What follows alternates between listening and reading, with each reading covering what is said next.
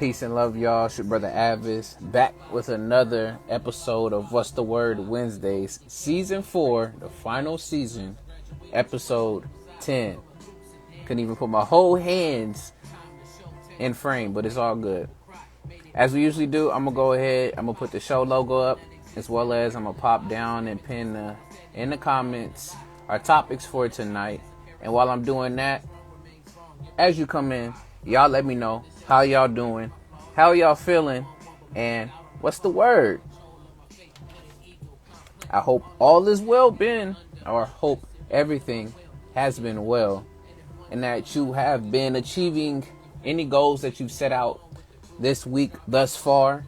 And if not, I'm sending you the much needed motivation and love to go handle what you need to handle. So let's get it in there.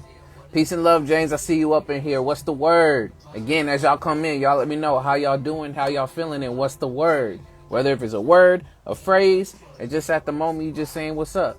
Just let me know. Also, shouts out to those who will be watching this now, or even those who will be watching this later, either here on Instagram or YouTube. If you're on YouTube, go ahead, subscribe to your boy at A.D.V.I.S.S Speaks. There's more content coming. I'm actually doing other things, walking around and speaking, as well as there's things in the works. So go support your boy over there at A.D.V.I.S.S Speaks at YouTube. You can check the link here on Instagram and you'll find it. But as more folks is coming in for tonight, the topics that we are going to be getting into for tonight's episode include the following. Of course, the first thing we're doing is we're talking about current events. I got a few for y'all. We're going to go through, talk briefly, and then from there, we're going to be talking about triggers today. Not just only triggers of what you think triggers, but also triggers. You'll find out. And lastly, we're going to talk about how do people capitalize on others' traumas. So now you see where that's going. If you don't, you will as we get into tonight with the topics. But that's what we got. Been chilling. Nothing too crazy has been happening. Just more work is happening, and then school's right around the corner for some of these kids. So back to it, as well as more content to be coming. But yeah, y'all. Again, sending y'all well wishes and much love for the rest of this week, aka strength is what I like to call it. But alright, let's go ahead, and now we're gonna bust up and do the show song. After the show song, we're gonna go ahead, jump into everything again, and we there. So with that, let's get it.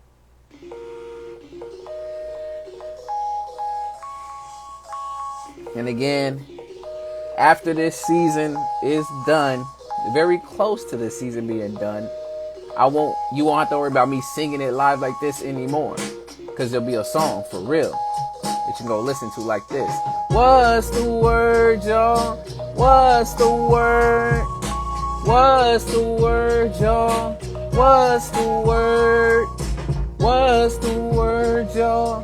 What's the word? Tell them like, what's the word? What's the word? What you heard? We gotta know, yeah, what's the word? Once again, y'all, it's your brother A.D.V.I.S.S here with another episode of What's the Word Wednesday, Season 4, the final season, Episode 10. Kinda got it this time. But yeah, grateful for everyone that comes through, comes and supports. This is the final season, so come rock with it, because after that, just like the project I dropped, you better capture it all before it is gone. Of course, you can watch these, run them back, replays, but we're going to leave it at that for sure. But for tonight's episode, we are going to be getting into current events. Shouts out to Allah, my brother for life. Peace and love, man. Much love. Thank you for coming through. What's the word? So we're going to be talking about current events. Then after current events, we're going to be talking about triggers. And then lastly, we're going to speak on how do people capitalize on others' traumas. So, without further ado, let's get to these current events. So for my folks who are not necessarily fond of listening to the news or wanting to hear any of the articles, you can go ahead, exit out, come back in another 20 minutes if that, serves you or not. But just let you know, we're going to go through a few articles. That's some of the stuff I came up and saw. If you're interested, stay along. As well as if you have any topics or any articles or current events you want to share, throw them down in the comments so we can go along and literally get accustomed to know what's happening and what's going on. So let's peep it. So first article comes from Metro. And the headline reads, Russia blows up Black Sea port hours after confirming peace talk with Turkey. Again, we got a lot more things still heating up in the world besides the physical heat, But again, we're going to do 3 paragraphs and be out. All right, article reads, Vladimir Putin will make a diplomatic trip to Turkey in the coming weeks to his first visit at NATO-affiliated country since the start of the war in Ukraine. Turkey's President Tayyip Erdogan? Yeah. So Tayyip Erdogan, may have said it wrong, my apologies, confirmed the visit and told Putin that no steps should be taken that will escalate tensions in the Russian-Ukraine war, emphasizing the significance of the Black Sea Grain Initiative, which he called a bridge for peace. However, the news comes as Russia today attacked Ukraine's main inland port across the Danube River from Romania, setting global food prices even higher as it ramps up its use of force to prevent Ukraine from exporting again. Shout outs to the brother Zenaloa. What's good? What's the word, my G? Glad to see you up in here, handling business. The attack destroyed buildings in the port of Izmail and halted ships as they prepared to arrive there to load up with Ukrainian grain in defiance of a de facto blockade Russia reimposed in mid-July. So, we got a lot there going on, y'all. So, this peace treaty and talks was supposed to be going on and happening, but before it can even be said and done, one of the things that weren't necessarily wanting to happen actually happened. But if y'all want to read more, you want to get deeper into this, you can go again. Article comes from Metro, and the headline reads, Russia blows up Black Sea ports after confirming peace talks with Turkey. Which is super interesting. That's all I got to say. But yeah, shouts out to my brother Buffet Destroyer in the building. What's the word, my brother? Sensational? Of course, man. You're always sensational, for sure, my man. But thank you for being up in here, G. Right, let's get to the next article. Bam. Second one. This one is close to home for me, not only because it says about Californians, but I have a lot of friends that are actually moving out of California to this particular state. So, this article comes from U.S. Today, and the headline reads, We keep getting outbid. Californians moving to Texas explain why they are changing states. So again, I'm going to do 3 paragraphs, and then we're out. You can read the stuff after. I will re-say the article and where it comes from. All right. Article reads, Ryan Peterson's roots in Orange County, California. Orange County, there it is, run deep. Both his grandparents and parents were the original owners of their homes in Southern California and raised families there. But Peterson, 25, says he didn't see a future for himself in the state. In 2021, Peterson and his wife, Erica Dominguez, found themselves struggling to make ends meet with the high cost of rent. I'm telling y'all, it's ridiculous out here. That's what I will say. In California, these prices, they don't make no type of sense, at least for folks over a long span. If you're not making past 120,000 a year or even more, that's just, again, my own opinion on it, but it's a lot.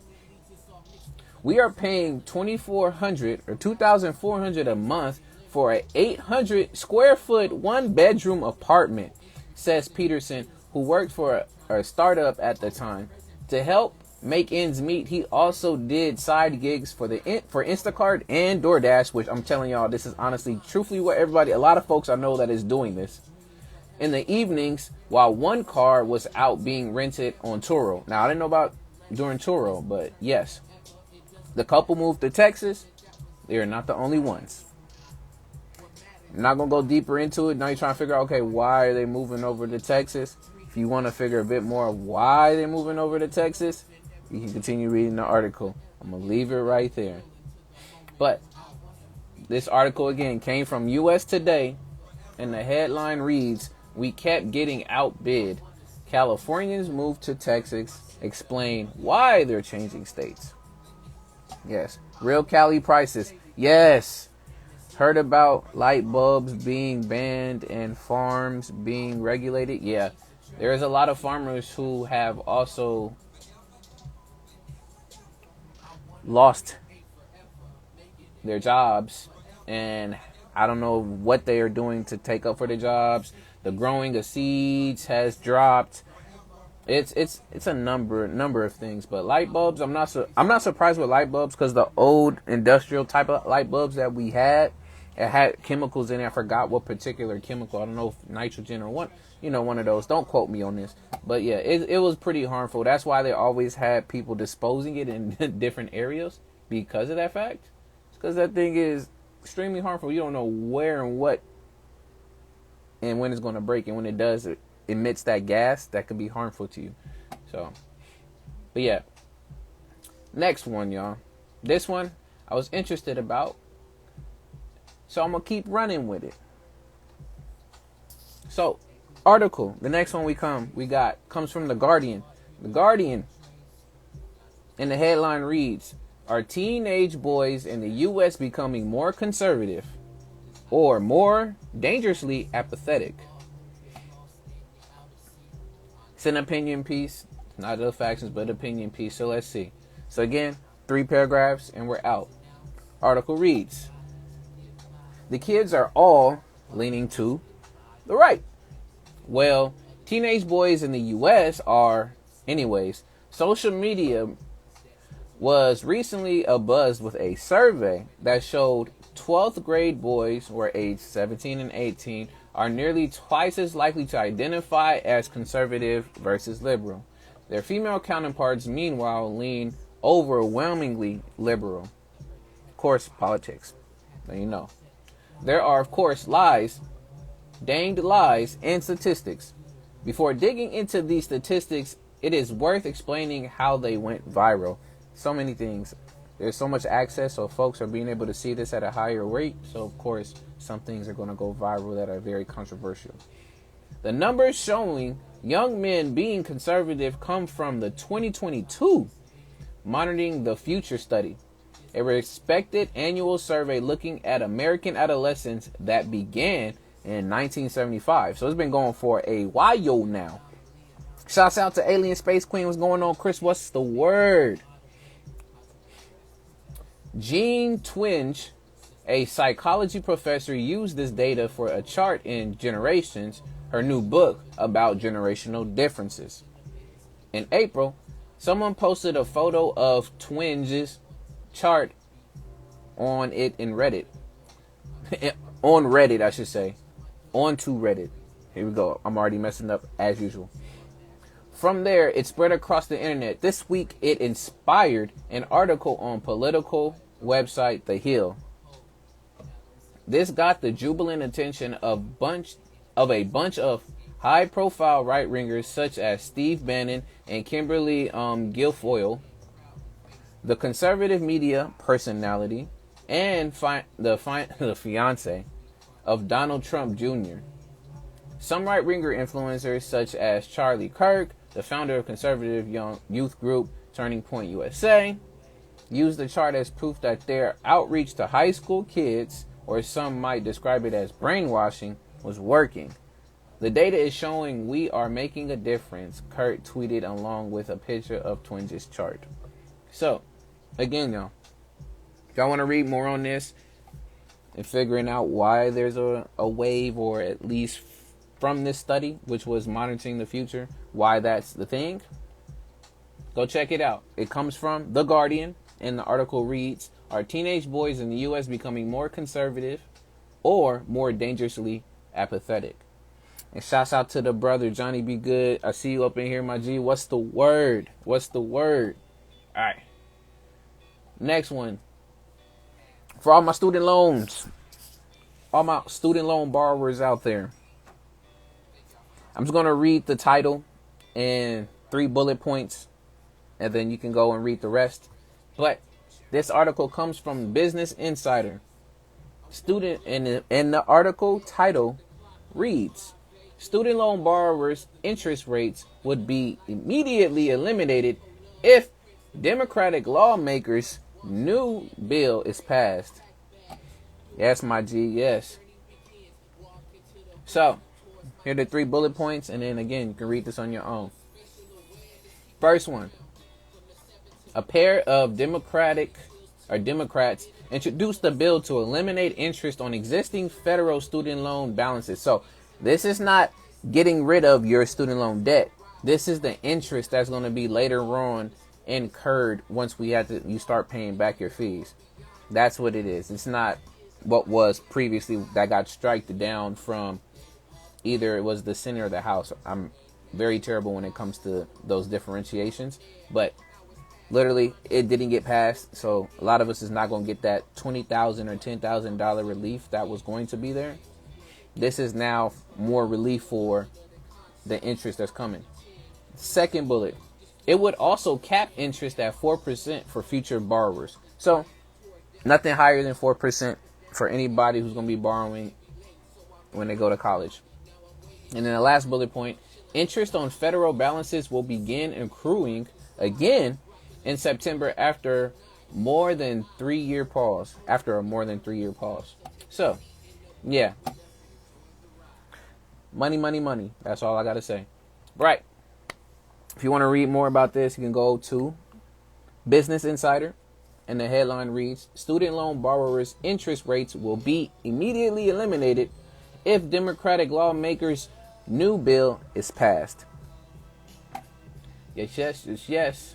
I got 3 more for y'all. Then after that, I'll read a few headlines from NPR, and we are going to be switching. But again, if y'all have any news articles or titles that y'all want to throw down in the comments and let us know about, please put them down in there. Either now or even those watching later, put them down in there. Interact. Let's get it. Right. Next article comes from NBC News, and the headline reads, "Toxic bacteria detected in several of Zion National Park's waterways." So let's see. 3 paragraphs. Again, and we out.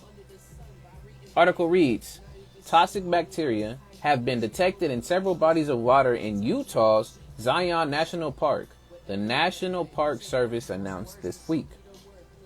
3 bodies of water in the park have cyanotoxins in them, according to the Park Service. The North Fork of the Virgin River, North Creek, and Laverkin Creek.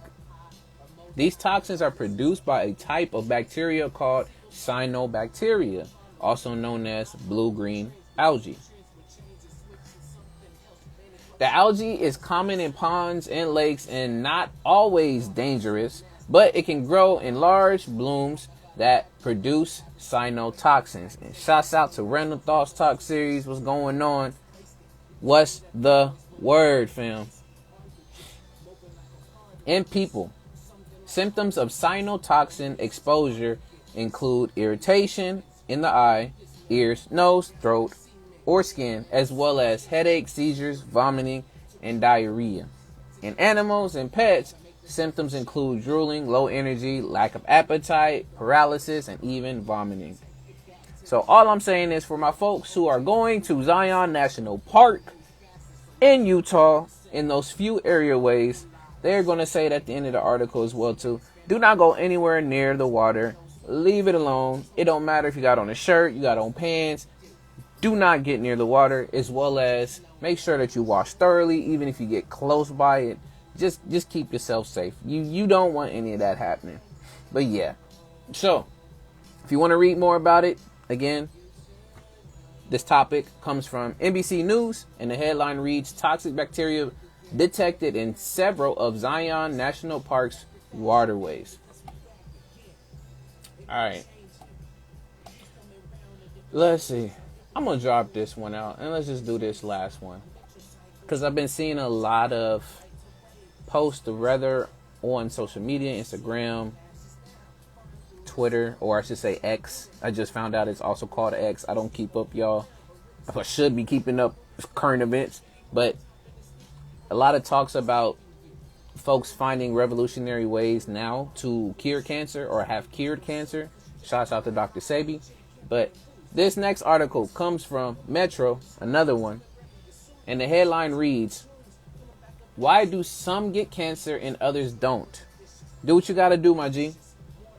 Scientists find revolutionary answer. So again, I'm only going to read 3 paragraphs, and I'll let you go and figure out the rest for yourself. So, article reads, why do some people get cancer and others not? And not others, I should say. It might have to do with something that's within us. Australian cancer researchers have discovered the role played by circular RNA in causing cancer. These are a recently discovered family of genetic fragments present within our cells. The study published in the Cancer Cell explains how specific circular RNAs within many of us can stick to the DNA in our cells and cause mutations which result in cancer. While environmental and genetic factors have long been believed the major contributors to cancer, this revolutionary finding, which we all call ER3D, which is endogenous RNA directed DNA damage, ushers in an entirely new area of medical and molecular biology research, said Professor Simon Kahn, one of the authors of the study. Again, I'm not going to read more into it, but they found a family of RNA that has that piece, as well as I'm going to still say, the foods that y'all eating wherever you go, especially if you're going out to eat, there's that Prop 65. It is letting you know that you may be eating things that will and have a potential to cause cancer. So all of these other factors built on top of this new one that's found will show why this now is a revolutionary answer. But again, if you want to read more, this article comes from Metro, and the headline reads, why do some get cancer and others don't? Scientists find revolutionary answer. So, with that, y'all, again, I'm just going to read some of the headlines from NPR.org. So, again, if you want to look up more news, find different places, there's all these different outlets that you can go to. But I also say check out www.npr.org just to get another taste and perspective as well. So, first, one of them, I should say the first one at the top reads, Trump's attorney tells NPR how he plans to defend against the latest charges. So there's more charges I'm hearing. Doctors have their own diagnosis, moral distress, from an inhumane health system. Amazon may have met its match in the grocery aisles. 5 things to know about the latest charges against Donald Trump. There it is right there. Testing your genes for cancer risk is way cheaper now, and it could save your life. Shouts on Kundan. How you doing, Kundan? What's the word? With Brazil's exit, Marta delivers an emotional farewell to the World Cup, and then former dancers accuse Lizzo of harassment and creating a hostile work environment. I did hear a little bit about this, but yeah. So there is a number of many articles that you can read. Again, if you want to go through, get your stuff, land www.npr.org. But yeah, other than that, y'all, that's all the news that I got. I'm not going to bore you with any more for those folks. But for those who hung in, you did it.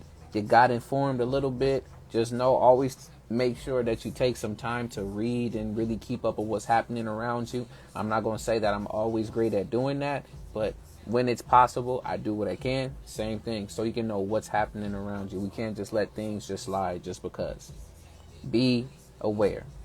He says, yeah, Trump, Jan 6, indictment. All right, indictment, I should say, if I'm saying it correctly. All these words, man, English at times still don't make sense to me. But yeah, if y'all have more, drop it down. But as it is, we good on this. We good on the topic of news. No more news, but there's a lot of it out there. But as y'all are doing that, I'm prepping a few things, and then we will go from there, and we'll move into the second topic of tonight. While I also do a quick wipe right here and right here, because it's starting to heat up. I don't know where y'all may all be posted and stuff, but please make sure you get some water and things in hand, because it's starting to get hot. Or if it's not, it's already been hot.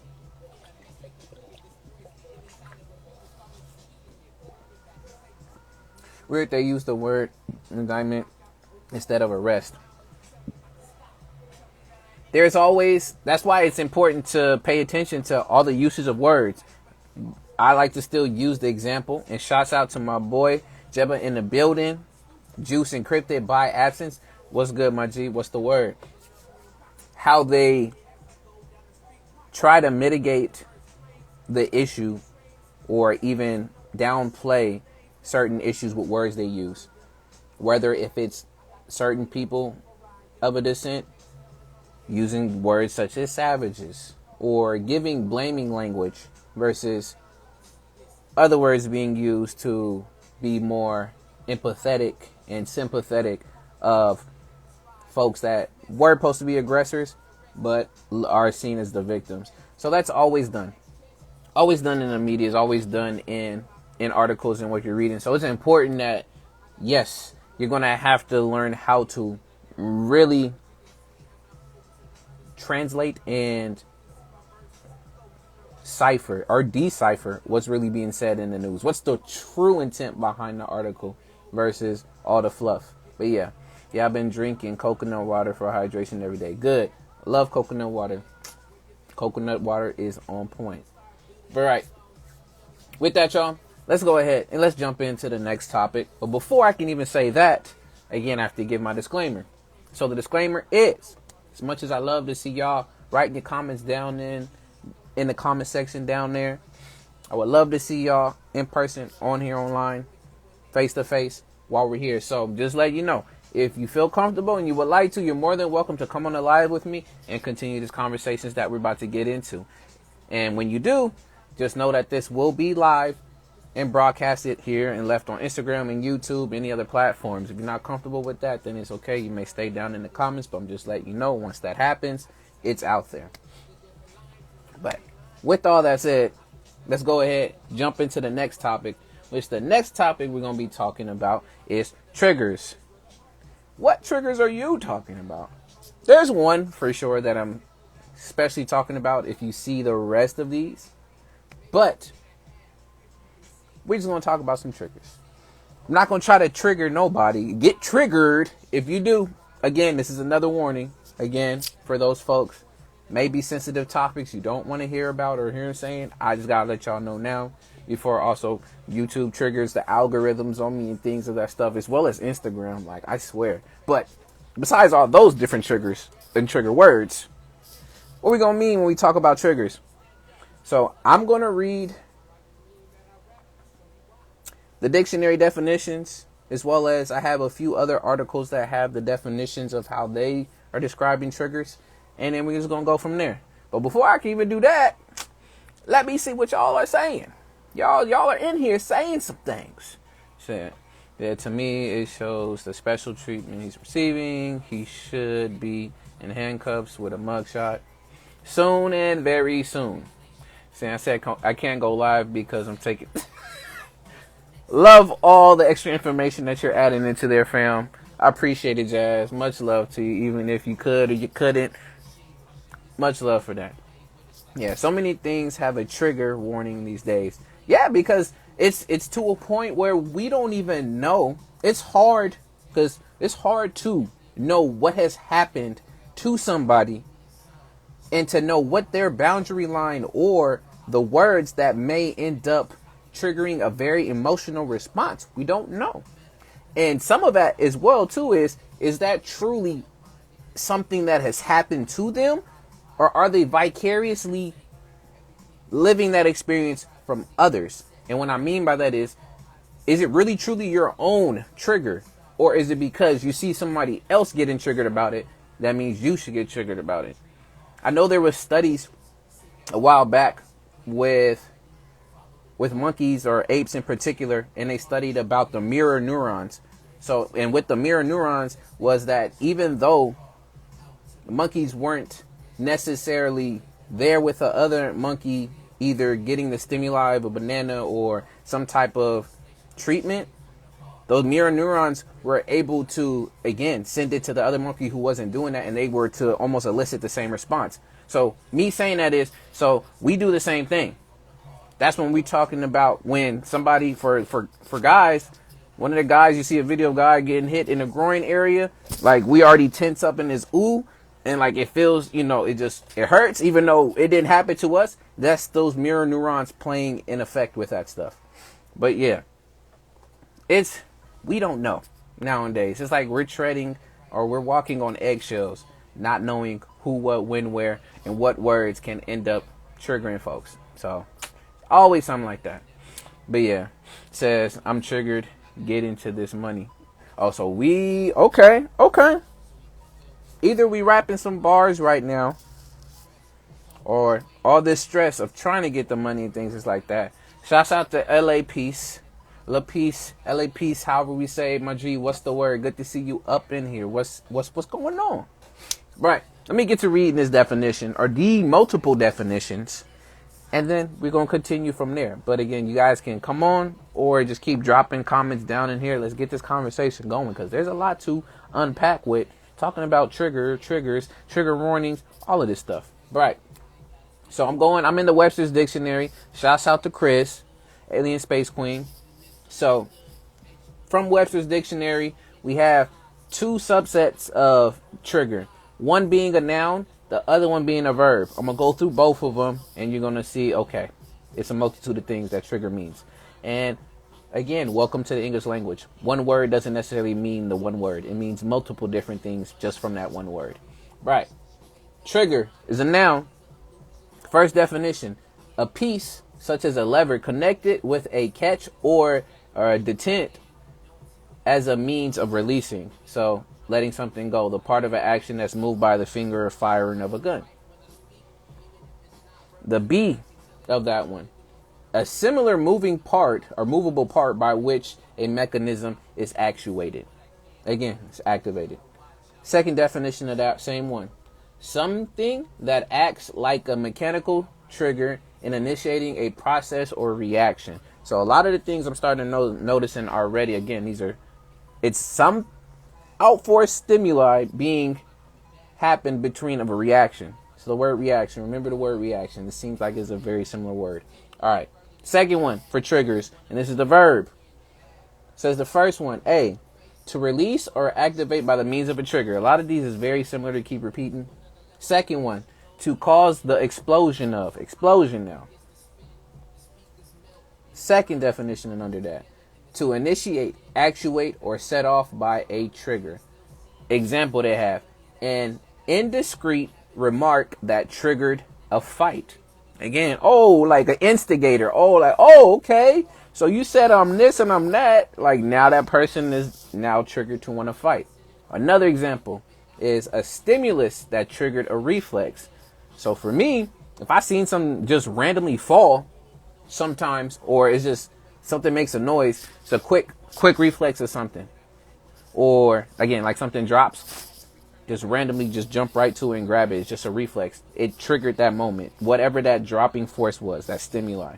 And the last one, which most of us would think about when we see the word trigger, is to cause an intense and usually negative emotional reaction in someone. The negative emotion. So that's all of them, at least from the Webster's Dictionary of the word trigger. And a lot of it too, if we look at it, it's really not in a positive outset, the lack of better words. A lot of it is having to do with a means of either releasing, exploding, reaction of some sort, chain reaction, negative, even used in the last meaning for our own emotional responses or reactions. So even the word itself just seems to have that overall not so good meaning to it. So when we talk about the connotation, the meaning of it, the meaning of already seeing the word trigger, you already think of a negative response already. Right. So yes, I went to 2 different places. One of them being healthline.com, that's talking about emotional triggers. And then also Psych Central. So a lot of the psychology based on it, because really how I really wanted to preface these triggers, because if you do see the next question that we will be getting into later on, it's basically based around, again, people's traumas. So when we think of trauma, it's coming through, again, a negative emotional response to a stimuli. At least that's my interpretation without having to look at a definition for it.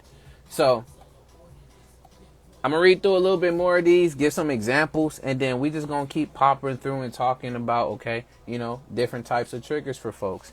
And maybe being able to, how do you identify those things? Rom, what's going on? Peace and love to you. What's the word? Chilling up in here, doing your thing. Right. I'm going to start with Healthline. So it says how to identify and manage your emotional triggers. So let me see. And see if they have a definition for it. So they says an emotional trigger is anything, including memories, experiences, or events that sparks an intense emotional reaction regardless of your current mood. So this trigger, again, a reaction, explosion. It's a response to something. It is meant to, again, catch your attention. If something that you were able to easily avoid, ignore, or pay no mind or attention to, would not be considered a trigger.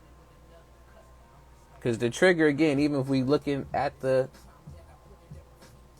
gun in itself too, it has some type of reaction pulled on it. If it's just sitting there, then that wouldn't be necessarily itself. It's that it's triggered, that it's been fired, that something happened. Again, it's an action. Emotional triggers are associated with PTSD, aka post-traumatic stress disorder. Some can be associated with that. Not all are associated with that, but a lot can. At least that's for me personally. All right. Then it says ways to identify this stuff. So yeah, just about anyone has some emotional triggers, though these might look a little different from person to person. They might include reminders of unwanted memories, uncomfortable topics, another person's words or actions, even your own behaviors. Sounds like also some accountability in there too can also trigger certain folks that are not necessarily been used to being accountable of certain actions of stuff that would slide by. I'm not saying, yes, that's a crutch or like, oh, you can get triggered. Just there's certain reasons why, but there's ways to address it. But common situations that trigger intense emotions include, I'm going to read the list: rejection, betrayal, unjust treatment, challenged beliefs. Challenged beliefs, the first thing I think of is all my religious folks. It's the first thing I think of. You can't have a conversation about religion without somebody getting triggered about something being said. There's always a tit for tat. It's not always. Majority of the time, there's a tit for tat. There's not a, okay, I heard what you said. I respond, thinking about it. I'm not too sure about that.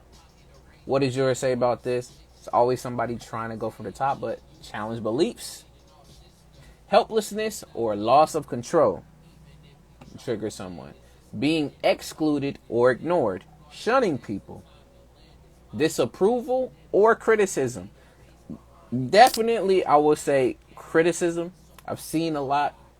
I have even some friends, unfortunately, that was a trigger for them. They want it, some positive, constructive, or I should say, not positive, say constructive criticism.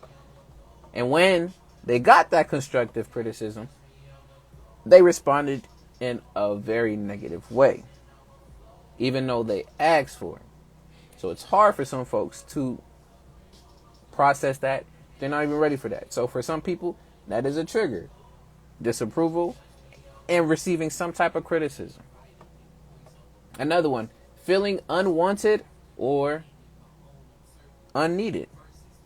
Basically feeling worthless. Feeling smothered or too needed. Clingy. Dependent or, yeah. It's another one I just had, but I forgot. Insecurity.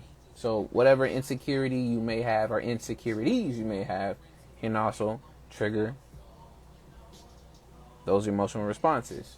Or those emotional responses from that makes you triggered. Alright, some of the things they say is to listen to your body, step back. Some people get signs of knowing if when that's happening is when they have a pounding heart, upset stomach, shakiness, dizziness, or sweaty palms. Palms are sweaty. They say step back. They say trace the roots. Get curious about it. And then learning how to manage them in the moment. They're giving some ideas of how you can manage these things in the moment. Being able to communicate that. They're giving ways to work on it. Which in the moment it says to own those feelings. Give yourself some space. You keep an open mind. And communicate these feelings to someone to avoid situations like them to happen in the future. Long-term healing, it says to work on mindfulness, doing different mindfulness exercises, identify toxic relationship patterns. If you're also in a toxic relationship, that can trigger a number of things. So being misleaded or feeling that you're misled, or something is done wrong to you. When nothing has even happened, you also conjure up something being done wrong to you. Another way they say is to keep a mood journal to see those different changes in mood. Talk to a professional. And at the bottom line, they say, which I mean they's from Healthline. Learning to recognize and manage or emotional triggers can take some time. But this effort can pay off in some major ways when it comes to your relationships and overall well-being. So, mostly again on the last piece of the negative emotional responses that a triggers bring. But for me, that was the really running piece that I wanted to talk about, triggers. And especially now, as we spoke about a bit earlier too, how it's very, very natural, or I shouldn't even say natural. It is ever present nowadays that just about anything can set somebody off, and you don't know who, what, when, where, how that can end up happening. It's also to a point where why we have so many politically correct things and sayings, and why people now more than ever,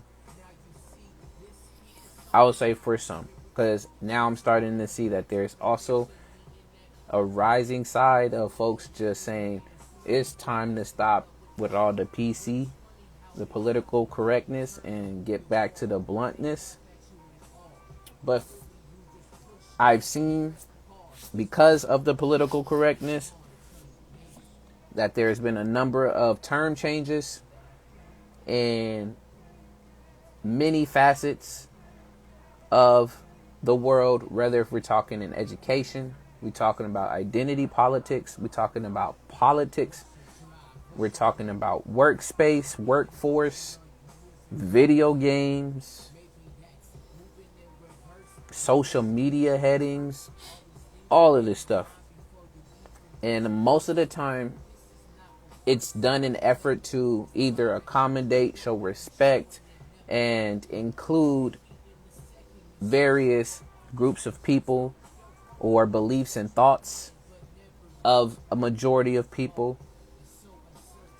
To me, what it also does, again, it makes it harder for people to sit with those feelings, learn why it makes you feel that way, but instead that reaction continues to be justified because of the fact that they're not the only one. I'm not saying that you cannot respond to something that really makes you upset, angry, sad, and be triggered by it. I'm not saying that's the case. No. But what I'm saying is, because we put ourselves in this echo chamber of folks and people and not allow ourselves to process why this is a thing, instead of, oh, it's because they don't understand you, oh, it's because this is, and we allow these excuses to continue to happen, we don't get to work through it and then really figure out, oh, the reason why I was honestly triggered about that is because my friend was like, it didn't really have too much of an impact on me, but since I have such a close relationship with my friend, my family, my mom, my uncle, auntie, whoever it is, that's why I was triggered. But see, if we don't get that time to be able to unpack that, continues just to run a ride on everything. But yeah, before I even keep going, it says, with the increase in misinformation such as deep fakes, we really got to know our triggers because they can be hijacked for nefarious propaganda 10 million percent. I wholeheartedly agree with all of that. It is imperative now more than ever to be vigilant of what you read and consume in all senses. What you see, what you hear, what you taste, what you touch, and what you smell. All of that stuff. Like, how you gonna smell news? Again, you never know when something else in your environment could be toxic. You can't smell it. Just like what was happening with Utah right now in the Zion National Park. You never know this stuff. But especially now, since AI is becoming more and more used as well as effective, yes, you're going to definitely need to have a level of thought and discernment that will be able to keep you on par with knowing what's the real or what's truly being given to you versus what's actually just there for face value. Said the movie Sound of Freedom is a good example of hijacking our triggers for conservative agenda. For example, Barbie movie, on the other hand, is liberal agenda. Very good examples. I didn't hear much about the Sound of Freedom. I heard a few things about the Barbie movie.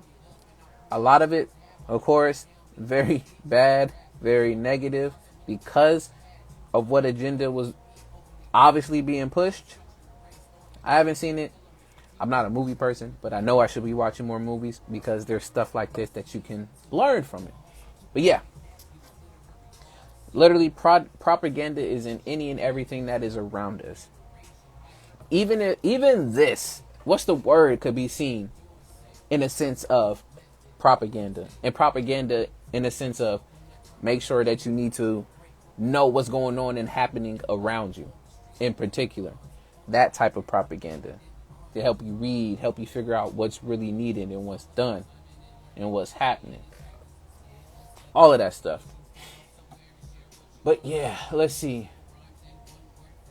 You know what? Before I continue, actually, I hear something going on real quick outside. Let me double check. I'll be right back with y'all. It's gonna be another little quick, I guess, commercial break. So I'll be right back real quick.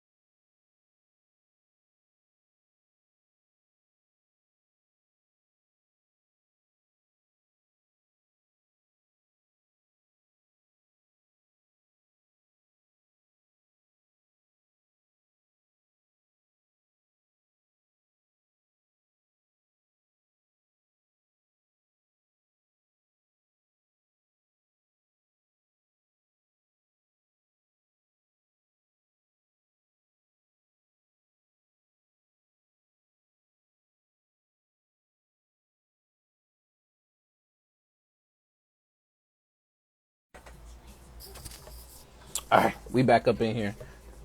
Sorry about that. Appreciate y'all. Things happen, so you always got to work on the fly. But let's get back right into it. He says, yeah, indigenous people are mad at the Barbie movie, and it's banned in Vietnam because the movie appeases, or is it appeases China for profit? Interesting. Well, if you still up in here, please let me know. Your thoughts on that last part about appeasing China for profits. Yeah, I really want to get a little bit more on that. Right. We're going to continue on the triggers. I'm going to go back over here and read this next one over here and actually just get a little bit more on the psychology side that they have from what some studies are, and then give some examples of some triggers again. And then we'll just keep going on some stuff. So this one is coming from Psych Central, and it says, what are triggers and how do they form? So let's see how they talk about triggers are formed. Okay, triggers are sensory reminders that cause painful memories or certain symptoms to resurface. So again, a lot of the psychological aspect of the emotional responses, not the triggers of a gun, not triggers of, like, I even think of TNT blowing up, shots out to Minecraft, I'm just playing, but things of the sort. If you ever experience a traumatic event, you will likely remember certain sounds, smells, or sights related to that experience. Now that you encounter these sensory reminders, known as triggers, you may get a feeling of anxiety, unease, or panic.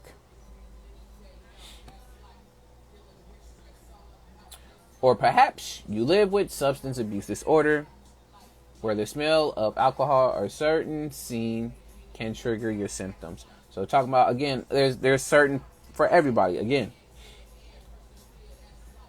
So what is a trigger? In psychology, a trigger is a stimulus that causes a painful memory to resurface. A trigger can be any sensory reminder of a traumatic event, a sound, a sight, smell, physical sensation, or even a time of day or season. So for some people can get triggered by the sun. Some people can get triggered by winter. It happens. And then if you look at it again from the psychological side, or in psychology, there's literally a whole book, the DSM. It's the Diagnostic and Statistical Manual of Mental Disorders. They have all that different type of stuff in there. For some people, for combat veterans, an example of that from their post-traumatic stress syndrome, or disorder, I should say, is when fireworks are being shot off. It can remind them about them being in war. Right. I want to get to this part because I want to see what Psych is saying about what it means when you are triggered. So, what does triggered mean when you're triggered?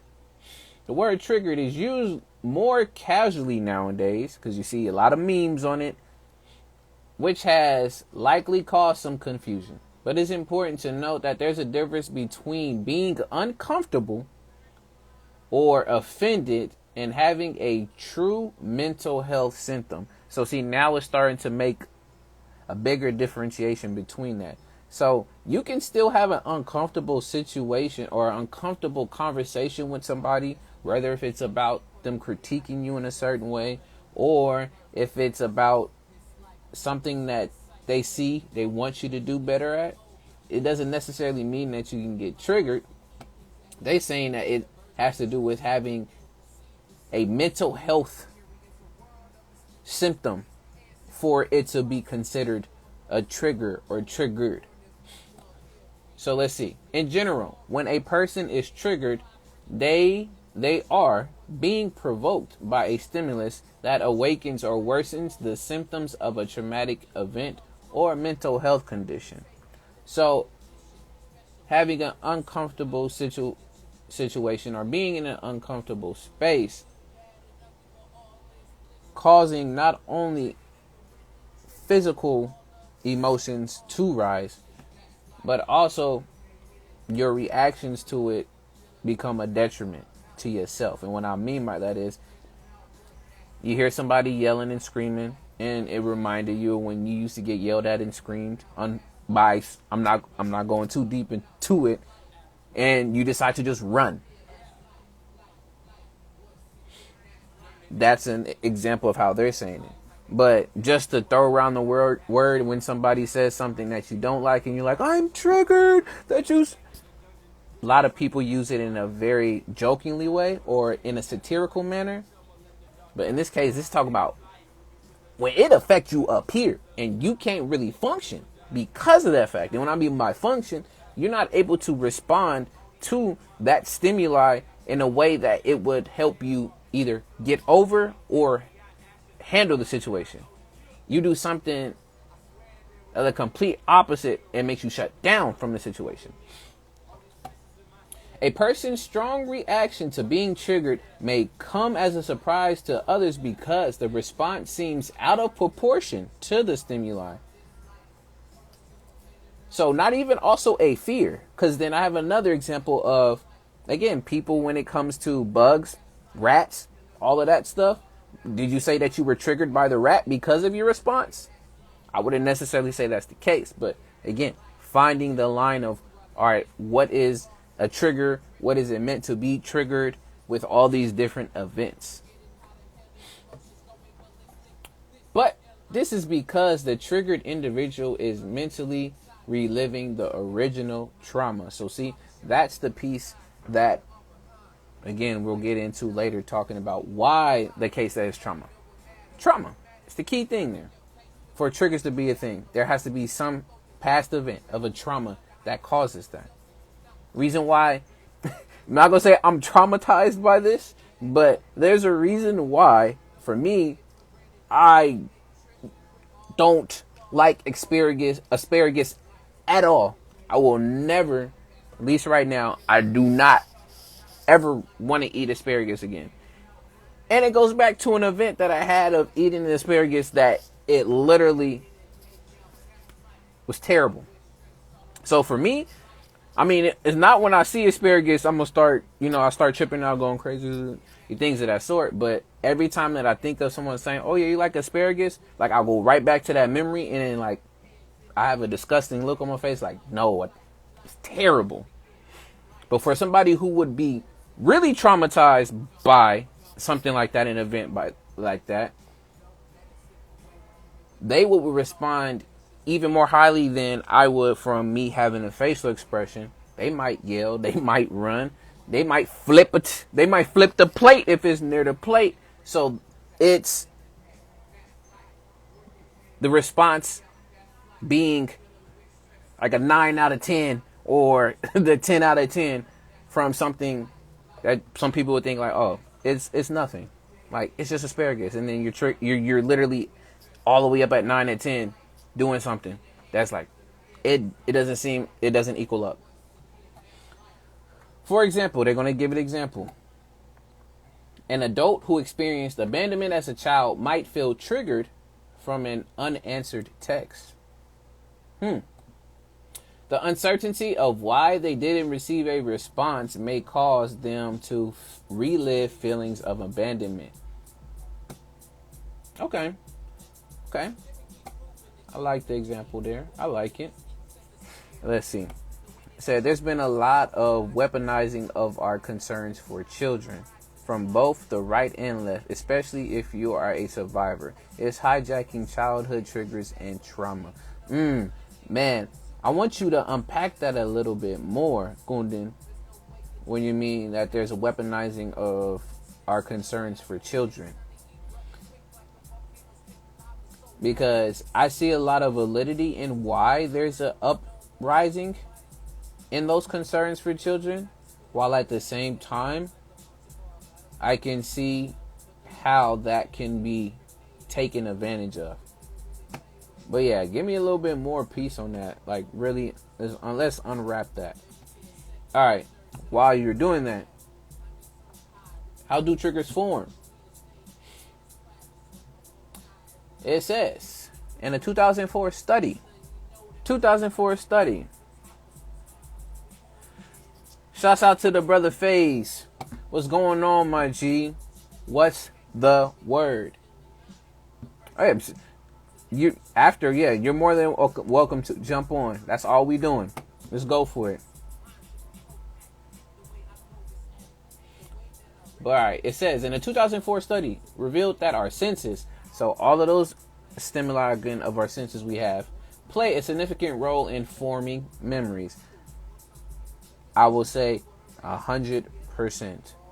Because when you have a very either pleasant, unforgettable, or it can be, again, a negative memory or experience, some people can detail it all the way down to the last piece of grass that they saw.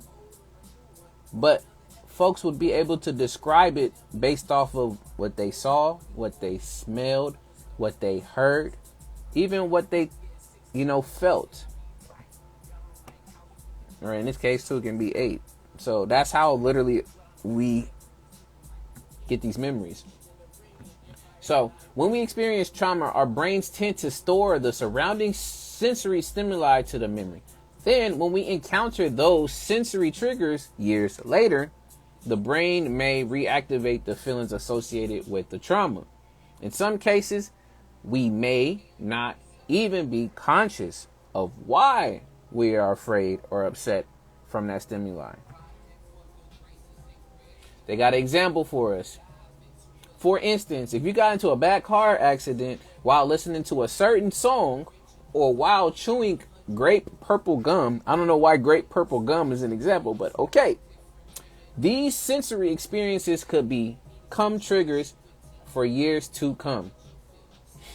So, again, you get into something that causes that. And then, now you can't even have that bubble gum no more. Or you can't even listen to that song no more because it reminds you of that. For a moment in time, I will say this. For a moment in time, when I used to go to the cemetery to go visit my grandfather's grave, as well as to go visit my godmother's grave. As a kid, I always had this particular song stuck in my head, and every time that I would go to the cemetery or equate it to about the cemetery, this song would play. And the song, you're probably like, what song is it? It was a song called Get Involved by Raphael Sadiq. And Q-Tip with it. I don't know why,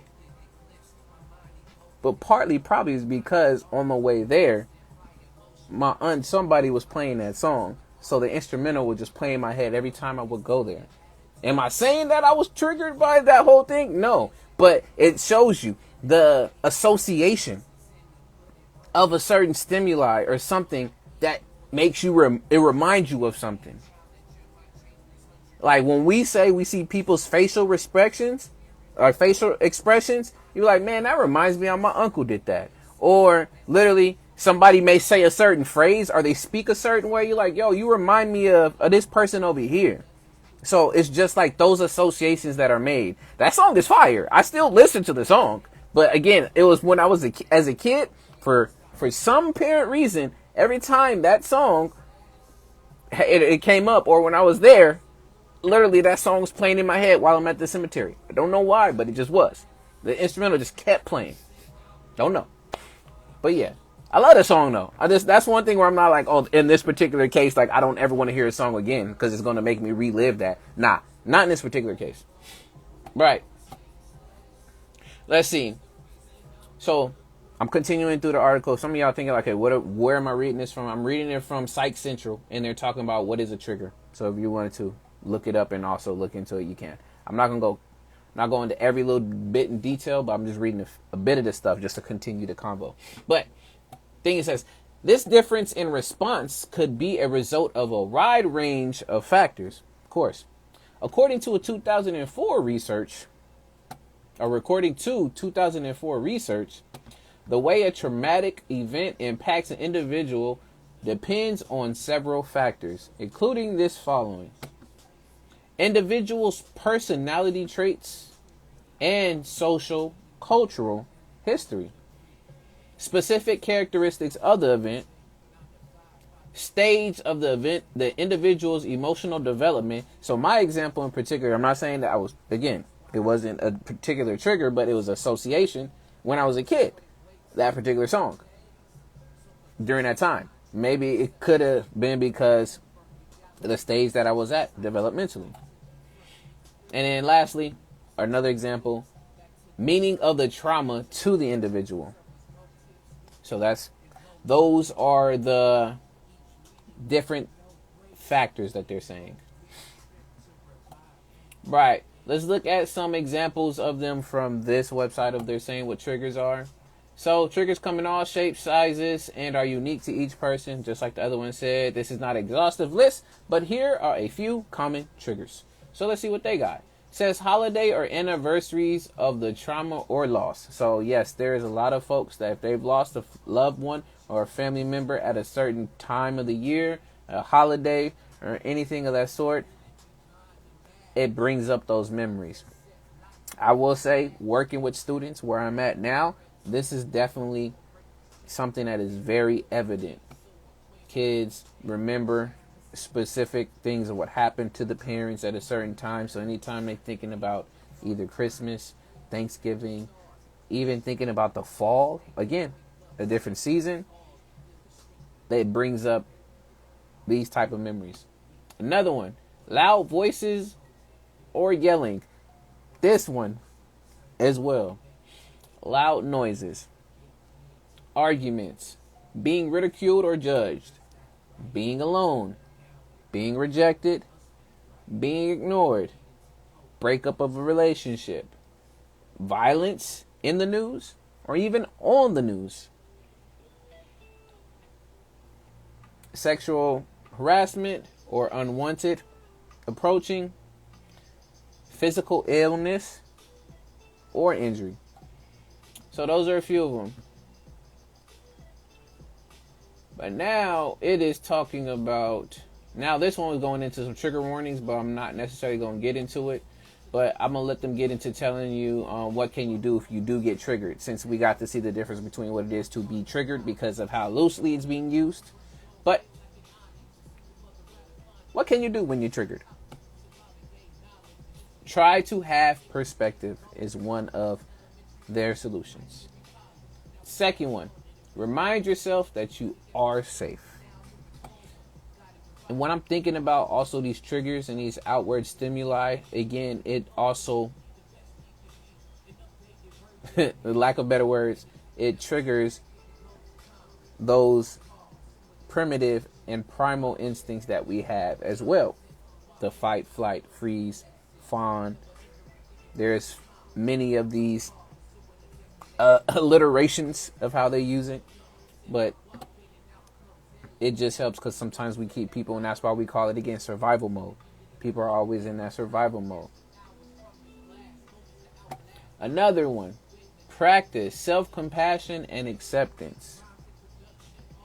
And then another one they have, the last one, again, not exhaustive list. They say try meditating. And for some folks, that might also be triggering. So I'm not going to say to those folks, don't meditate. If breathing triggers you, I don't know what to say to you. You know, I catch air. I don't know. I can't. You got to live somehow, some way. That's all I'm going to add. But it's probably a certain way. I don't know why I just thought of that. Again, I run off at the mind sometimes with stuff. But yeah. Now, the reason why I wanted to read some of this stuff off from these two different, at least, websites that house this information is because, especially now, in the height, or I shouldn't even say the height, coming out of COVID and coming out of a very traumatic time for a lot of folks, there's a lot of triggers that have inadvertently been created, whether knowingly or unknowingly. And now coming out of this, it is becoming more prevalent around folks. So when they get into situations that they haven't before or they have in the past, unforeseeable things happen and they respond a certain way and they're confused to why. That never used to be a situation that bothered me. But now, why is it reminding me of what that used to do back way when? Am I saying that COVID did a number on people's mental health? I am saying that. When we get down to it, we're social beings, social creatures. We work well in groups, in tribes. We're very, again, tribal. So when you section people off for a very long time with little interaction from people, it's going to cause some type of reaction, either favorable or unfavorable. And that's also a testament to how much work has been done to self to be able to withstand and know the difference between when events like this happens. But reason why I wanted to still also talk about triggers too, in a sense of what they were saying of how you go about addressing them or go about combating them, any other word and way you want to use that. But shout outs to Child. Peace and love, brother. What's the word? What's going on, man? Welcome. Glad that you're here. Even if it was accident, glad you were here. So,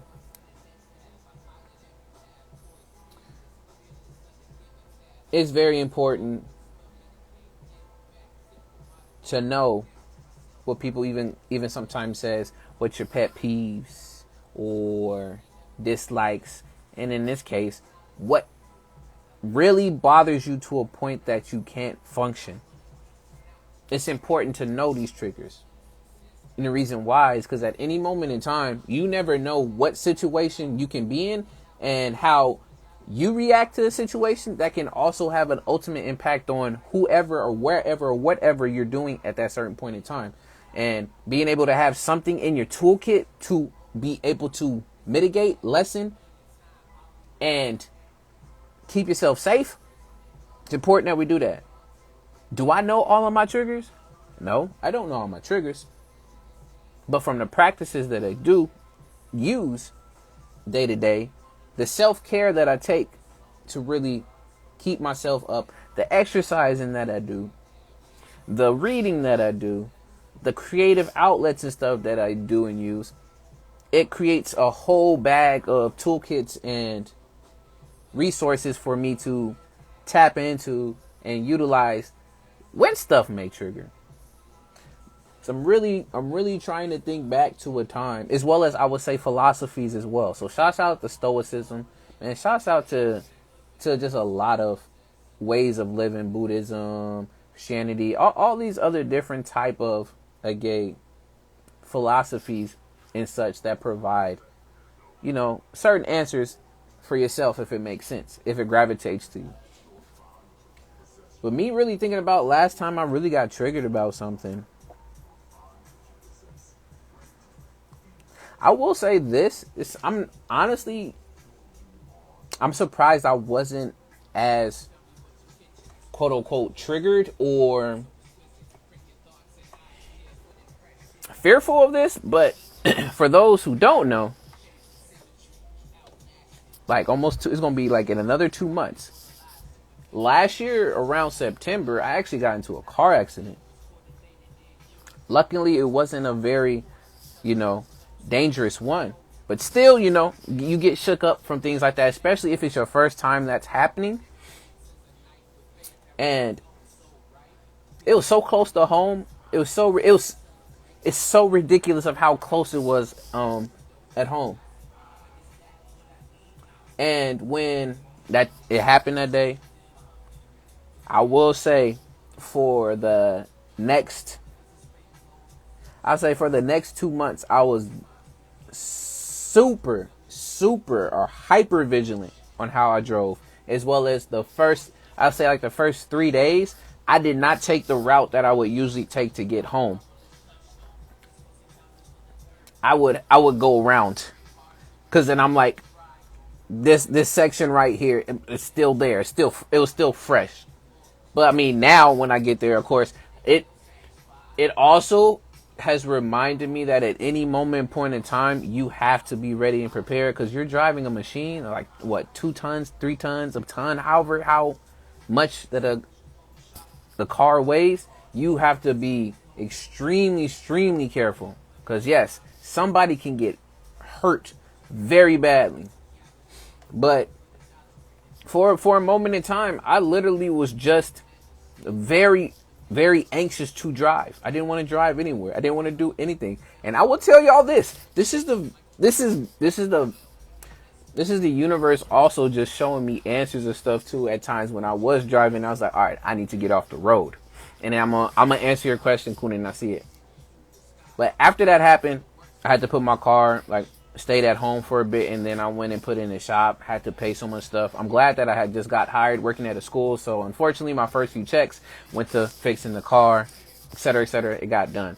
Person had insurance, but it didn't cover. It was all this different stuff. But during that time, I was using my previous car, but I gave it to my mom. I would drop her off at work, and then I would take it, or she'll drop me off at work and then come pick me up later. We had a routine. But one of the times, she would have come and she would always ask me to go out and run errands and get in her car and go drive to places. And sometimes I was just like, nah, I don't feel like doing that. Especially, I'm not a fan of going to the stores to go cash in scratchers. I don't know why. I'm sorry, y'all. I just don't like going and cashing in scratchers. I'm like, Mom or anybody, if y'all get a scratcher and you trying to give it to me, man, just give me the cash.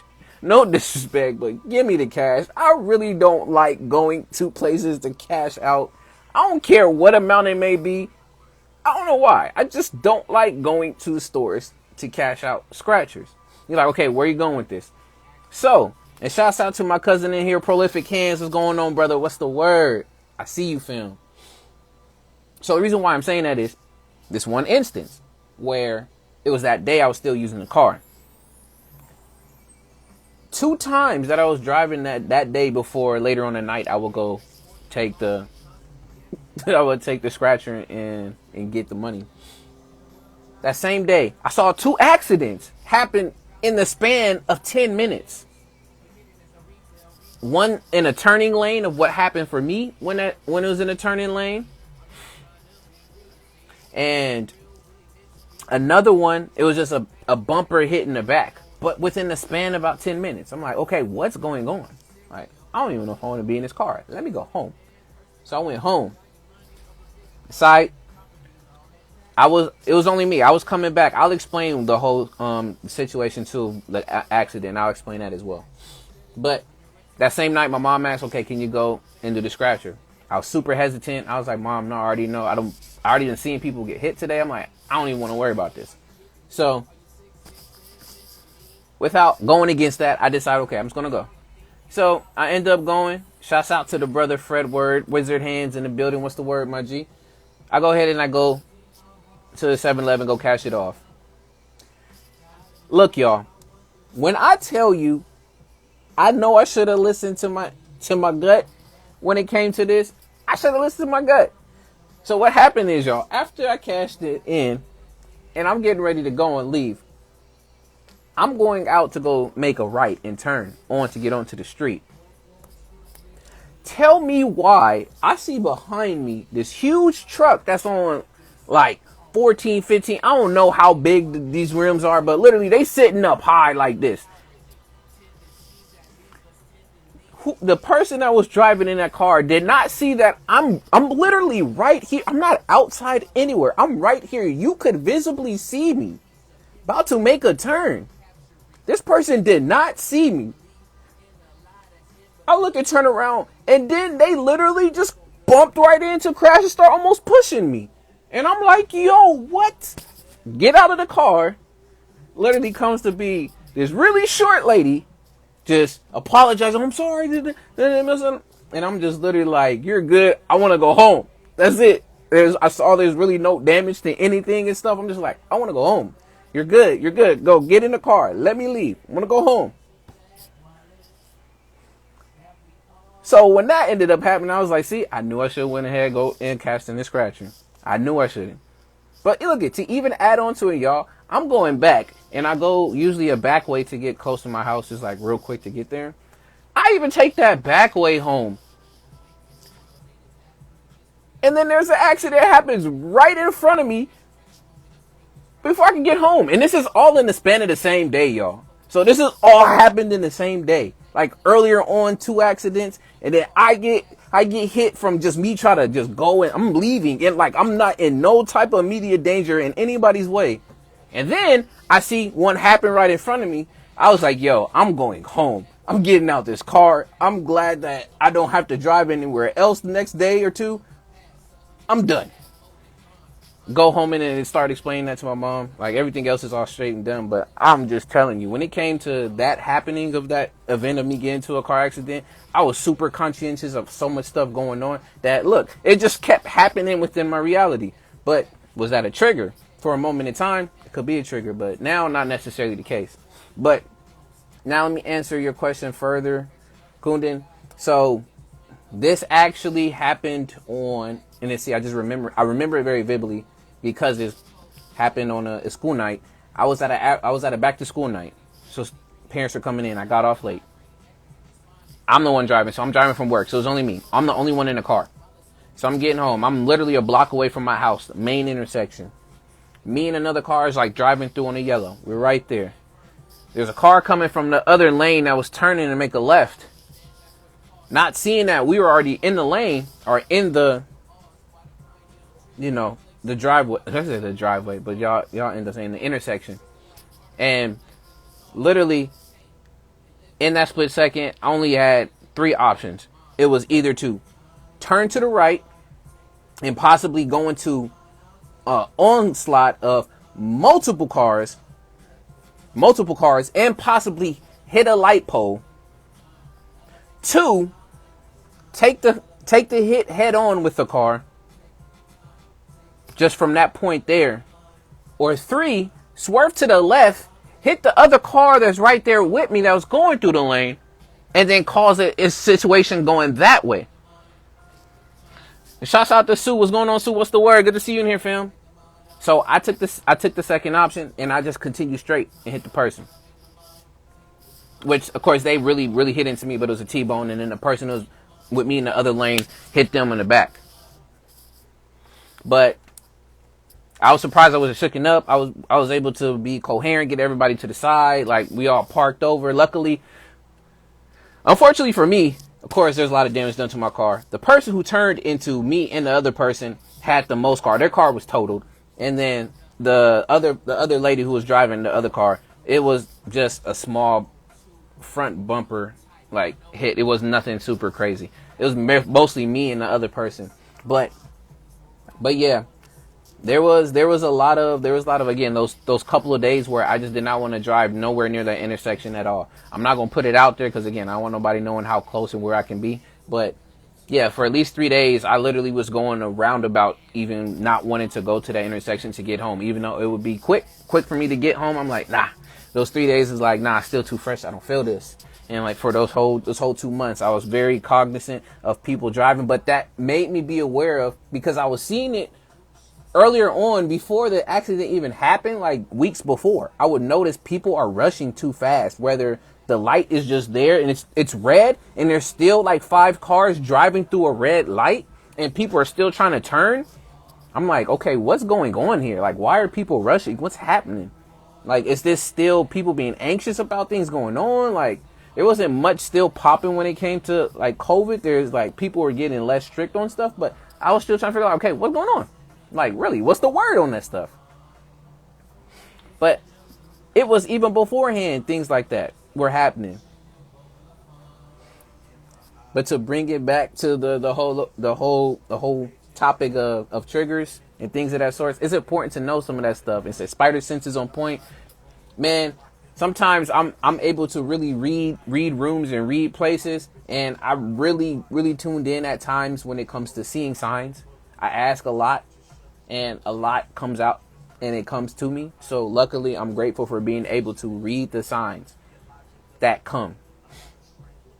You know, I wish I had like real spider senses. That would be even more fire. But going back to triggers, it's really important to know at any moment in time something like that may happen for us. I'm not wishing that on anybody, getting a car accident or anything traumatic of that happening, but being able to have things in that toolkit to help you effectively manage as well as learn to work through that stuff.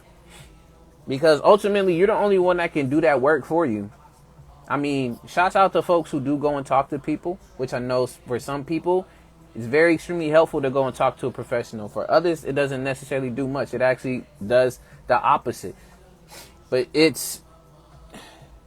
I just say it's very imperative that you find ways to be able to handle triggers or situations that make you feel very uncomfortable, or it reminds you of certain things that happened in the past, those traumas that you have to go back to and not necessarily relive, but address those roots and help those roots properly be mended and grow. And not grow in a sense of you want it to damage your life more, but grow in a sense of post-traumatic growth past all of the trauma. Now that you're able to fully recollect, understand, and truly know why that had such an impact on you, and you're able to let it be at peace. It's always going to be there, but to be at peace. But yeah, pros and cons of triggers. I mean, for some folks who like to be devious, a lot of the pros goes with the gaslighting and manipulation. When you're able to trigger people very easily, especially when it comes to arguments or winning something, folks will use that as a manipulation tactic. That's a pro for them, but that's also a con, because in the long run, it has a negative effect on that person that you are doing that to. I mean, another pro of being triggered is, especially if you're aware of it, now you know what triggers you. Now you know what gets you upset, what makes you mad, or why does it bring you back to that memory of a lost one, or a memory of that relationship that broke up and she did something wrong, or he did something that just scarred you for some certain reason. And so now you're at least aware of it. Said, especially when it comes to politics and geopolitics. Yes. And all of the sayings that go along with that. Rather picking the lesser of two evils, I've said it a number of times, as well as the whole idea of mudslinging. Mudslinging.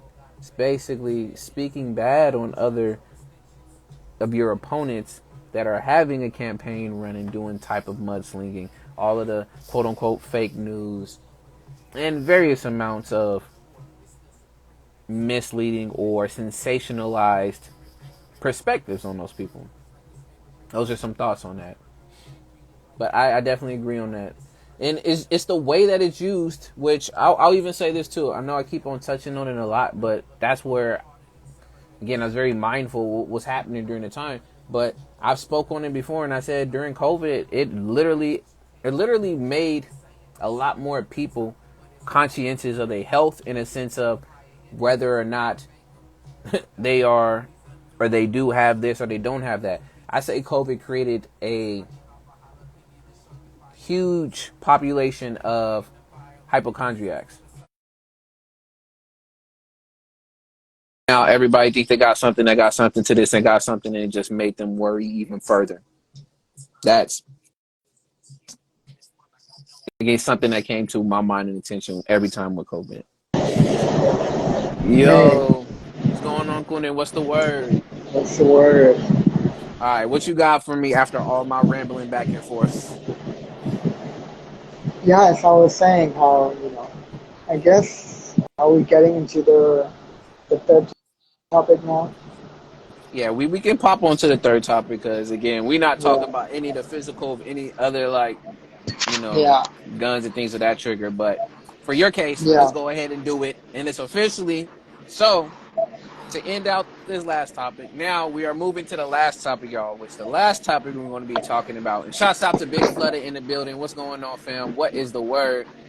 How do people capitalize on others' trauma? So he spoke earlier about those triggers and where those triggers can originate from. And a lot of those key things kept going back to some type of traumatic event from some outward stimuli.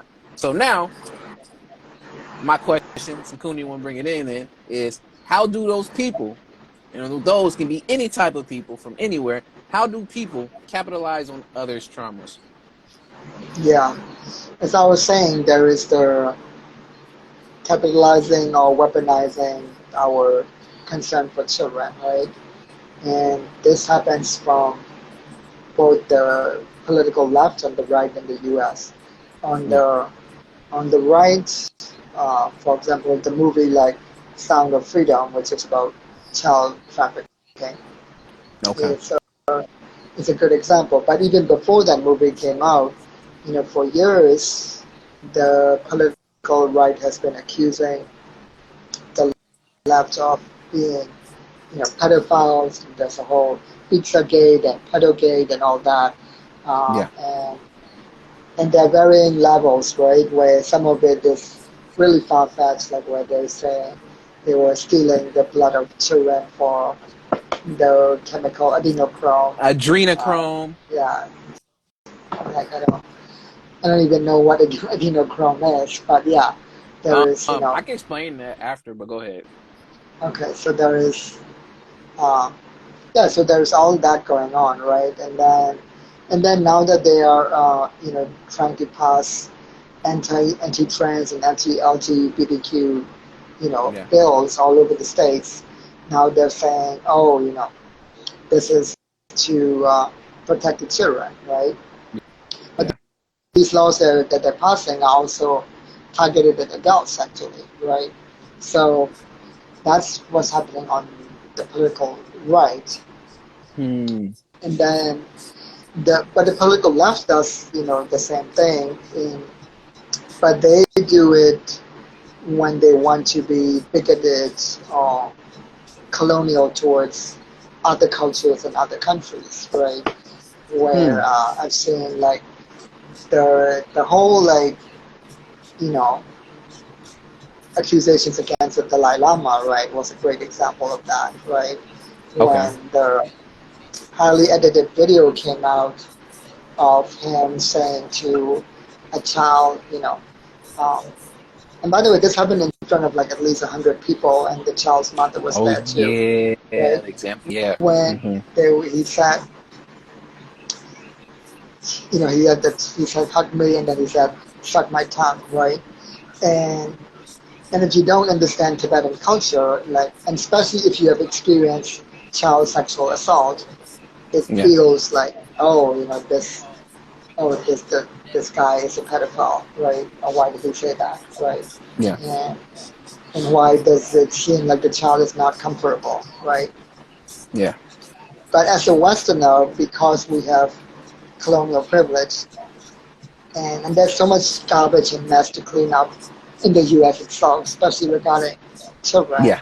and we have no business even pointing fingers at other cultures, first of all, right?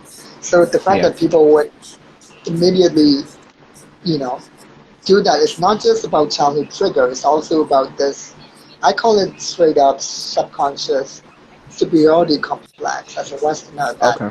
similar to white people, you know, having that superiority complex towards black and brown people. I feel that Americans, like when I say Americans, like anybody who grew up in a public or private school in the U.S., it's a colonial school. So if you were raised by colonial education, Yeah. right, that's you have that superiority complex. Whether you know it or not, similar to how white people have superiority complex over black people, right? Yeah. To me, it's the same thing. So to me, it shows Mm. that superiority complex because they didn't even pause to think about, oh, like, what's the agenda here? Who is, yeah, and because this video came out 3 months after the incident, by the way, too. They didn't think about, oh, what if this is Chinese propaganda, right? Uh, Mm. and if you actually care about children, like, besides the mass in the U.S., which I'll talk about later, like, China's kidnapping millions of Tibetan children and torturing them and putting Mm. them in these so-called re-education camps, uh, and they're basically concentration camps, And how about fight about that, right? Yeah. It's so it turns out in Tibetan culture, and also the Dalai Lama doesn't speak English that well, right? And in Tibetan culture, like It's actually eat my tongue. It's not suck my tongue. So it came out wrong because of the way he speaks English and all that. But also, Yeah. like at the end of the day, the voices that matter most are those of the child and the mother, right? Okay. And both the child and the mother, a video later came out of both of them saying that they had a great experience, right? Yeah. It's like the mother was right there, and like some of the comments I even saw shows that they didn't even know the details and they were judging people because it was like, oh, like where was their mother, where was the parents, where was there any adult? Yeah, there were adults all around, right? So so there's two things in Tibetan culture. One is Tibetans often like stick out their tongue anyways. It's a way of greeting, right? Okay. And it actually means like, I'll give you anything, even my tongue. Like that's what it means. Like, Yeah. and then second of all, it's a game that children play with elders. When they ask the elders for candy, Yeah. often the others will say, eat my tongue, meaning like, there's nothing more I can give you, right? So it almost like has opposite meanings depending on context, right? Like, Yeah. if it's adults sticking their tongue at each other, it means I'll give you anything, even my tongue. But with children and adults, it's more like, hey, I've given you everything. Like, if you want my tongue too, like, there's nothing Yeah. more I can give you, right? Yeah. And so that's what it was. And that's why an article came out by Tibetans, right, saying the world owes Tibetans an apology for the way they were judging everybody, and then Yeah. falling right into Chinese propaganda, right, the CCP propaganda. But then there's a lot of Mm. leftists in the United States who like China anyways, right, because they're Marxists and China's communists, right? So they don't Okay. even question. Like they even buy Beijing's propaganda that you know Tibet was full of slavery and under the Dalai Lama and all that BS, right? Um, so so yeah, that's an example like of what happens on the political left where they would do that. Like even this whole like SB 403, right, the Hindu phobic house bill going through Yeah. California, and now it's going through city by city as well. And sometimes I'm even concerned that maybe Santa Ana might pass a city ordinance, right? Mm. That's very Hindu phobic, and that also takes advantage of these triggers and traumas, especially our triggers of oppression, right? Um, Yeah. So yeah, even though this bill has been like because we fought so much, has a lot of the teeth have been removed, right? Because the word South Asian has been removed, the word Hindu has been removed, caste has Yeah. been put as a subcategory of ancestry. Because American schools still teach caste as a uniquely Hindu issue instead of the truth that is a colonial Portuguese, British, Spanish thing. That Yeah. it's still going to be harmful. It's still going to end up in discrimination against South Asians, especially Hindus. So yeah, those are what happens on the political left, where there's a lot of Hindu phobia and even what I call Dharma phobia, right? Yeah. Because like Buddhism, Jainism, Sikhism, they're all under Hinduism, but more broadly, they're what's called Dharmic cultures, right? So the in reality, both the political right and the political left are Hinduphobic in the U.S. But at least Yeah.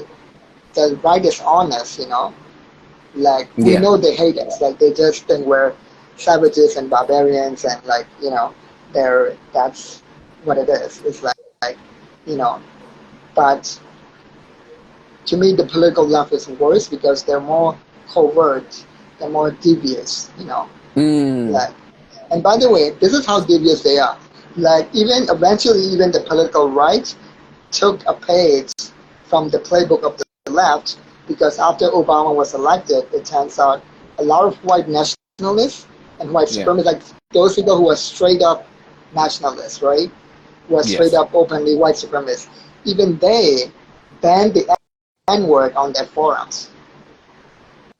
So Mm. it's like, did they suddenly stop becoming racist? No. They took a page from the political left. They decided to be corporate too, and they decided to take the fight politically, socially, economically. And that's why they got Trump elected. There's a direct line. Hmm. Yeah, so that's what I Hmm. mean. Okay. I appreciate those examples. I remember the two that you did, those that you shared with the Dalai Lama and the previous one that you just spoke on too. So appreciate that. Yeah, But those are for those folks who wasn't in here, so now you know you got it. yeah. Oh, and Another to answer your trigger is question. also the word minority, right? Mm-hmm. So that's also been used to trick people, right? Because again, that's a trigger because in the United States, if you're a minority, you have less power, right? Yeah. That's not true in other countries. Like a great example is South Africa during apartheid, right? Where Yeah. the white people were the minority, but they had Yeah. more power, right? Yeah. So, so like especially when I see the reports about India today, they would say, oh, like these minorities are being like raped or whatever, right? But that minority was also raping the majority people, like, and they own all the land in that little area, you know. Yeah. So it's like, but the way the reports are happening, like just by using the word minority, like they they're taking advantage of the subconscious trigger. Oh, like they're Yes. minorities, so they must be oppressed, right? Again, for some of y'all, if y'all don't know, that is the power of words. Words are real Yeah, spells and they are yeah, used in any way, in plain sight, subtle, for you to know and witness all of that. So going yeah. back to where I told you I would tell you what adrenochrome was, it's a combination of two words. Adrenaline, and then you have the chromosome or that Mm, gland. So adrenochrome having to do with what they would do, it was a quote unquote ritual where they would take the children, whoever it is, they would put them in a state of fear or extreme panic or some type of mm, excitement. And what it would do, it would trigger the response within the child's blood to create that adrenaline, which for them is that's what it's saying that helps with the aging processes. If they get that chemical that pops right into their bloodstream when they experience that fear and whatever it is at that moment, that's the adrenochrome. That's that. If they oh, bottle okay. that type of thing. So, and if I want to even take it further, it'll be the same thing of what we keep on saying about the foods that we eat and that you are what you eat. So when we slaughter these animals and we take them to the slaughterhouse at that moment when they're getting cut or that last slice that's there, it's still embedded there in the extra rare or whatever meat that you're eating. It's the same concept, but it's called adrenochrome because it has to do with the kids. Hmm.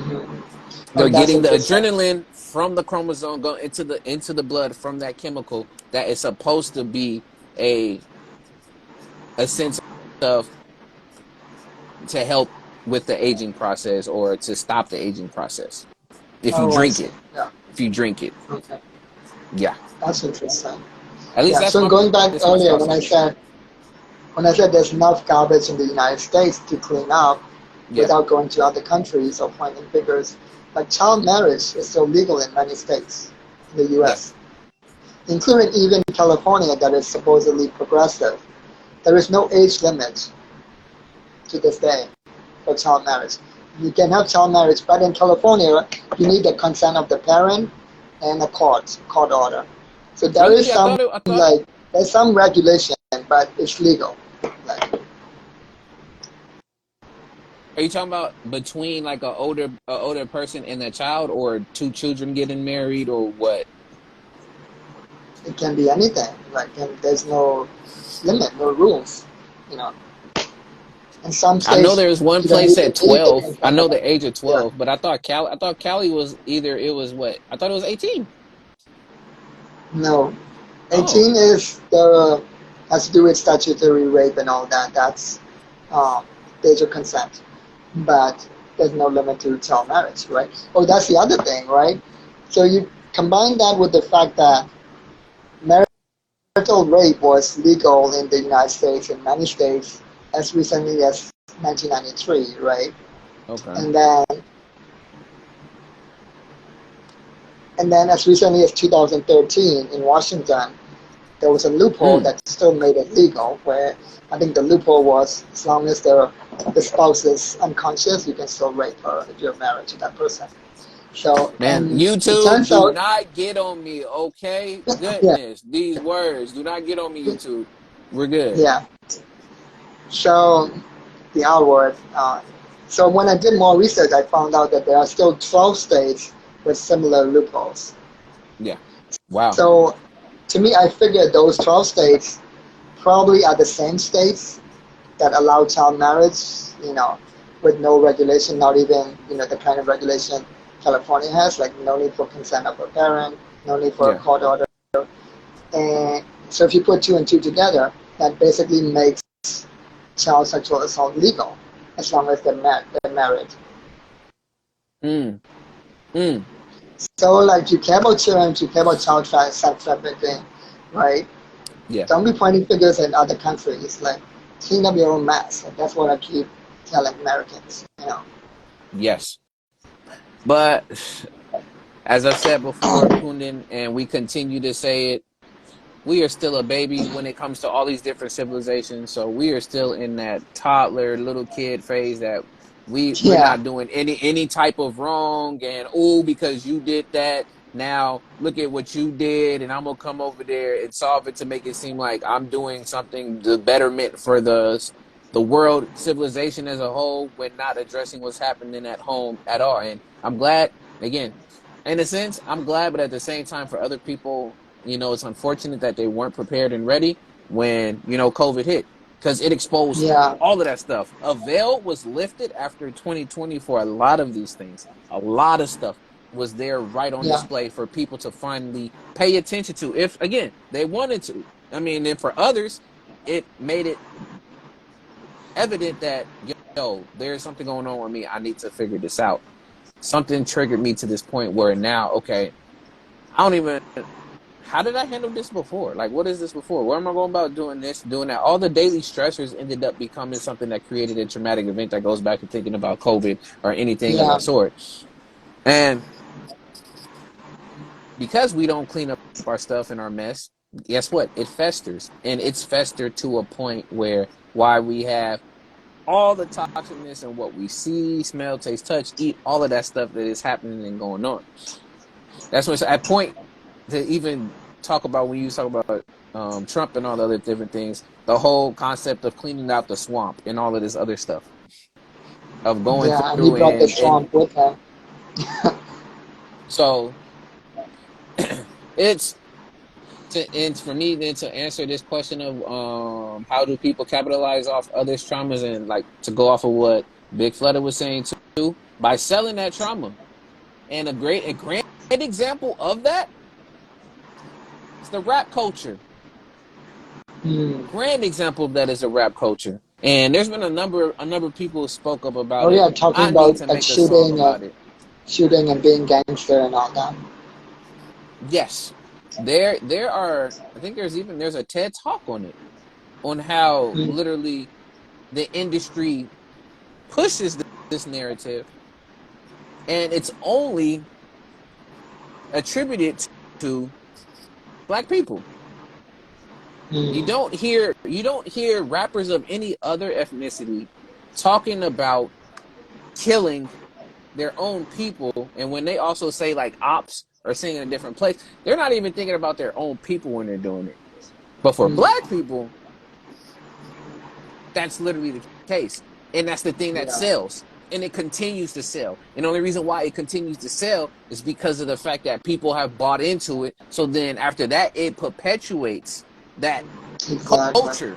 And because that continues to perpetuate the culture, and you see these traumatic events happen, and whether you see of a Pop Smoke, which for folks if you don't know, Pop Smoke is a drill, who's a drill rapper out in if I'm correct, Chicago, don't get me wrong, but literally him even going to and have a good stay and enjoy his vacation somewhere, and he ended up posting a certain number of address without even knowing. In the background, folks found him, went to the house, booming, and just on spot got him. A lot of these deaths of rappers that's happened, and in the news, even as of late, it's like been like a few others. Again, I don't keep up on it, but it's starting to become such a huge trend because it's Yeah, spoke about so much, and it's almost like it's been firmly ingrained in there. And this I've seen this trend since the late maybe the late '90s to early 2000s, where a lot of that gangster rap even started emerging even further. And then once the 2010s hit, oh, it was over. It's not only about also the drug epidemic too. With that, we're talking about all the different drugs and taking the drugs and doing things of that sorts. But yeah. this Even perpetuated Coolio that died culture. last year. Coolio is the Yes, guy who made the famous Gangsta's Paradise, yes, and he died pretty young, 59. yes. And somebody even commented that in his song, he said he won't live till 24 or something like that. And somebody commented that he lived past 24 but not past 60. So it's almost like the Yeah, song was prophetic in a way, like, or maybe he created that reality from singing the song. Like, part of that reality was already created for him because that's one. exactly, yeah, I don't even want to. I can't. It's what is seen as a stereotype because it's unfortunately the reality for a lot of folks, even again in underserved neighborhoods and impoverished places where it's poverty. There is literally you be lucky to make it out of this place at the age of 21 or make it to the age of 25. If you've done that, that's become an accomplishment. Oh, how is that having to be an accomplishment? Is because of the fact that because of the arena in the area in the environment that they're in, you were either going to school, you was in some type of extracurricular activities, or you was on a block up to no good doing something. So you get right. And yourself even if you caught up don't in a get sense. shot, you would get, like, I know at least one person who was black and he was like a very outspoken anti-racist, activist who created this whole Facebook group and this whole many created a whole networks of Facebook groups, right? Yeah. Uh, Covering like many different topics, and he died of a heart attack, and it's like that's basically racism literally killed him basically. Yeah, Whew. But yeah, there's many examples within hip hop. I mean, Biggie, Tupac, a lot of those situations. And again, that's why I go back to the power of words because Tupac talked about it a lot of times in his raps. Biggie talked about being ready to die. He had an album called Ready to Die. Tupac always talked wow, about somebody's always trying to kill me. So it's also the frequency in the words and what you're saying within the songs that yes, you do conjure up these events to happen. Even for me to go back to the example of me when I was driving, it's because I got into that accident. I became hyper vigilant, hyper aware of the stuff that literally that one day I saw four different accidents happen, and I happened to be in one of them. And it was yeah, just like, yo, like once it's in your reality and you keep it there in your reality for a very long time, there is a higher chance that that's going to happen. Now, going back to yeah. I think even like Erica Garner, right? Eric Garner's yeah, daughter, yeah. she died too a few years later after he died. Like, and that's and she was an avid activist as well, so she probably died from the grief, of that as well. Again, the trauma, She and if died we young don't, too. Yeah, yeah. and we can even I even say that for what Whitney Houston's daughter or Bobby or yeah, it's a Bobby is it Bobby Turner? Yeah, I can't even think of right now. But his daughter she passed away very young too. But it had to do with again I think some mental I think there's mental health things that had happened Right. Yeah. there for her as well. So Yeah. not having these triggers go unchecked creates these environments of not only mean the Right. anxiousness but then literally goes unchecked that to a point that's it. Now back Yeah. to how people capitalize on other people's traumas, not only just through the music, but you said through politics. It's very evident also in the products that we Mhm. buy, that people Yeah. use those traumas and the triggers to buy for people. Oh, you've been in this socioeconomic place for a long time. Oh, you want to whip that you got status? All right, we gonna put all these Benzes, all these luxury items, and look at most. And then not gonna say most of the people, but a lot of people that's in poverty that I know of, for them to show they're that they are different from other people is they buy expensive things, knowing that they sometimes can't even afford that, and knowing that some of these products at the end of the day don't even care about you. Have you Yeah, guys ever been to a Gucci, Prada, or any high end store? Do you not see the security? Do you not see how when you walk in there, a certain amount of people or folks who actually go and are there and see you, they're hyper. They are very vigilant of all your moves and what you do. I've seen this on a number of occasions, whether if I went in yeah, myself or I just watch just other people of different races go in and see that happen. And I'm just like, yeah. yo, this is interesting. Like, yeah, they don't really. They don't I'll say even this. like you. Look at Yeah. grand example, and the reason why it popped into my head. H&M, and I don't even like H&M. I rarely like to go. My homie liked to go because he thought it was deals in H&M. The whole debacle with H&M a while back when they literally put a little black boy on a shirt and it said the coolest monkey in the jungle. Wow, Yes, you can look that up. wow. It was the coolest monkey in the jungle. Again, selling a traumatic thing that again people use a stereotype as black folks looking like this, and that. You put it on a shirt and you still want people to buy this stuff. These corporations and places really don't care about you. Their bottom line is the dollar. So Mhm. they gonna sell you your traumas as willing as Yeah. you are to buy them. Or even on the beauty products, right? They're selling your, they capitalizing on your insecurities, Arlene, peace right? and love. Good to see you in here, fam. Your desire for approval, your insecurities, making you insecure about your looks, right? Yes. Like, um, and especially skin whitening creams, right? Yes. They're taking advantage of colorism. Like skin whitening creams are a $1 billion industry in India, and then guess what? All of their companies, except one, are Western corporations, and even the one exception is a very new player. Smooth. That's a local player that started Yeah. just a few years ago, um, and so they're literally profiting off, perpetuating colorism and of other people suffering, right? Yes. Uh, because colorism is literally a colonial legacy. Because in India, our gods and goddesses, our deities, are most of them are are blue, right? Yeah. Because and some of them are black, and we have we have like the entire spectrum because we these colors are meant to signify different aspects of divinity, right? Yes. But when we, as far as our blue gods, like sometimes it's about, they're so black, they're blue. Like that's the Yeah. way you will see some Africans even today have like very dark skin that almost look blue. So that's what Mm-hmm. it's trying to portray as well, right? So, and they were all worshipped equally. So that goes to show that in pre-colonial times, colorism did not exist in India. Again, we take a spin off of again, like you said, the insecurities. It was even said in the stuff earlier, talking about the different triggers of the insecurities. Again, Yeah. if we can find a way, look, we find a state, we find the problem, and we can find a solution to that problem, we're gonna sell it to you wholeheartedly. Oh, Hmm. the same thing. We can go into talking about the pharmaceutical industry.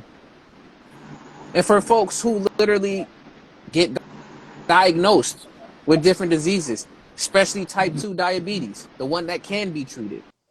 How did that come across? Is somebody who was eating to the point that literally it triggered that for that sense to happen to them. And then from there, now for them to be able to live with the diabetes, have the treatment for diabetes, they're not only buying the prescriptions each time. Well, hopefully, I don't know if they have a replacement, but they still got to do it now.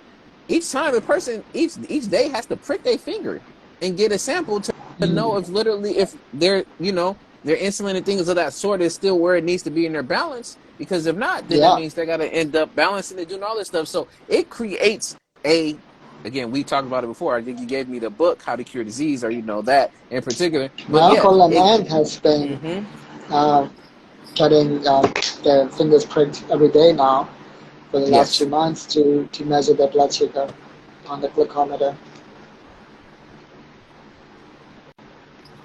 Again, but it I mean not but and from that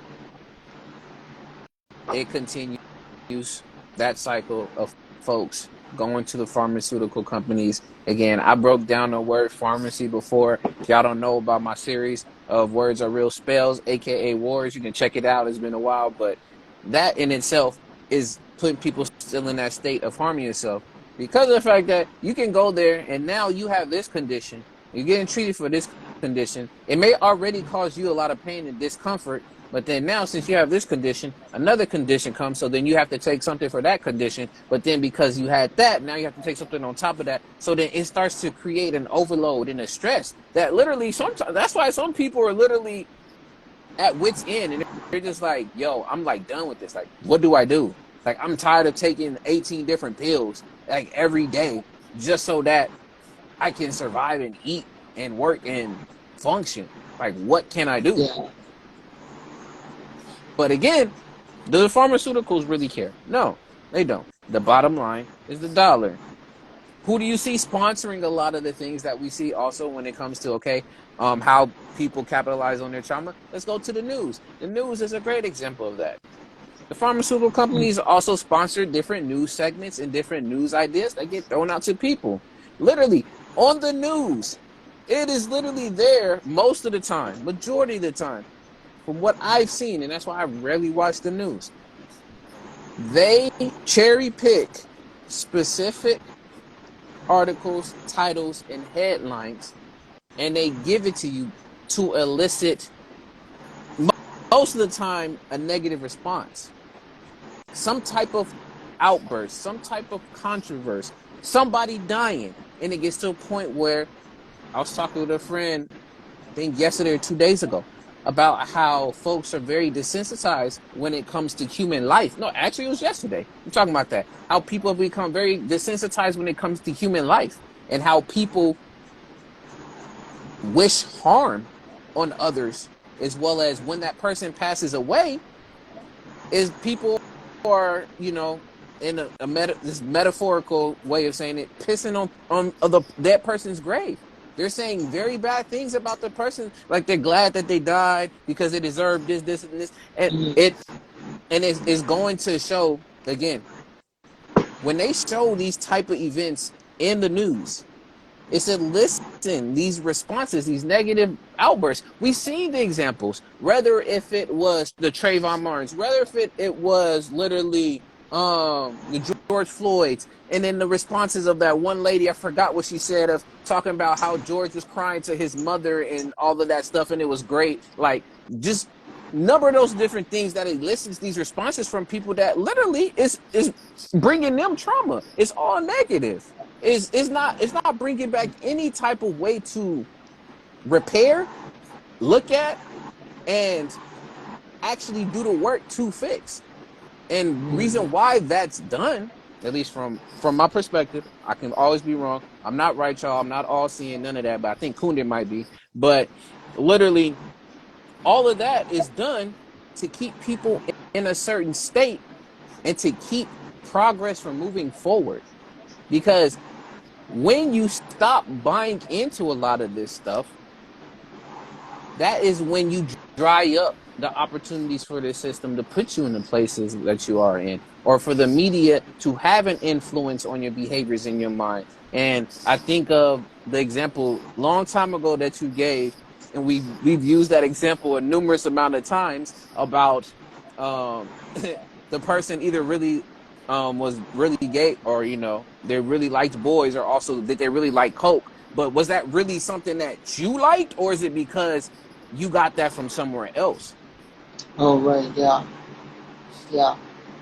the oh yeah, that was about the importance of knowing yourself, Yes. and and yeah, all these ads like Coke and Pepsi and whatever, like they're not meant to get you to go out and buy right now. It's more like when you go to the store, somehow you will mysteriously choose Coke or Pepsi and you think it's your own choice, but it's Yeah. actually because the ad put a trigger in you subconsciously and you you made a choice based on that. It's not your own choice. So similar Yes. to that, you were saying that, and this was even before Chat.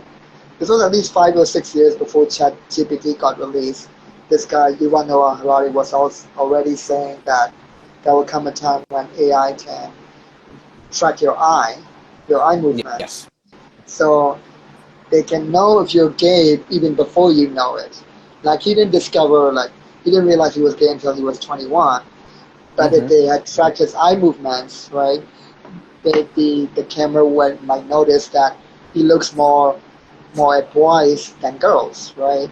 And so that's how they would know that he's gay, and so all the targeted ads would be towards being homosexual rather than the typical, pretty girls in bikinis. Yeah. Yeah, Again, y'all, that's why it's important to know where a lot of this stuff is coming from. yeah. And And AI doesn't need to know everything about you, just a little bit about you more than you yeah, do to manipulate you. Right? yeah. And another way people capitalize, and the way we've been talking about capitalize has been in a sense right now, it's really been about money, but also now how people capitalize on others when it comes to their traumas. Now I'm gonna do it when it comes to interpersonal conflicts. So Right. when it comes Yeah. to disagreements or even arguments.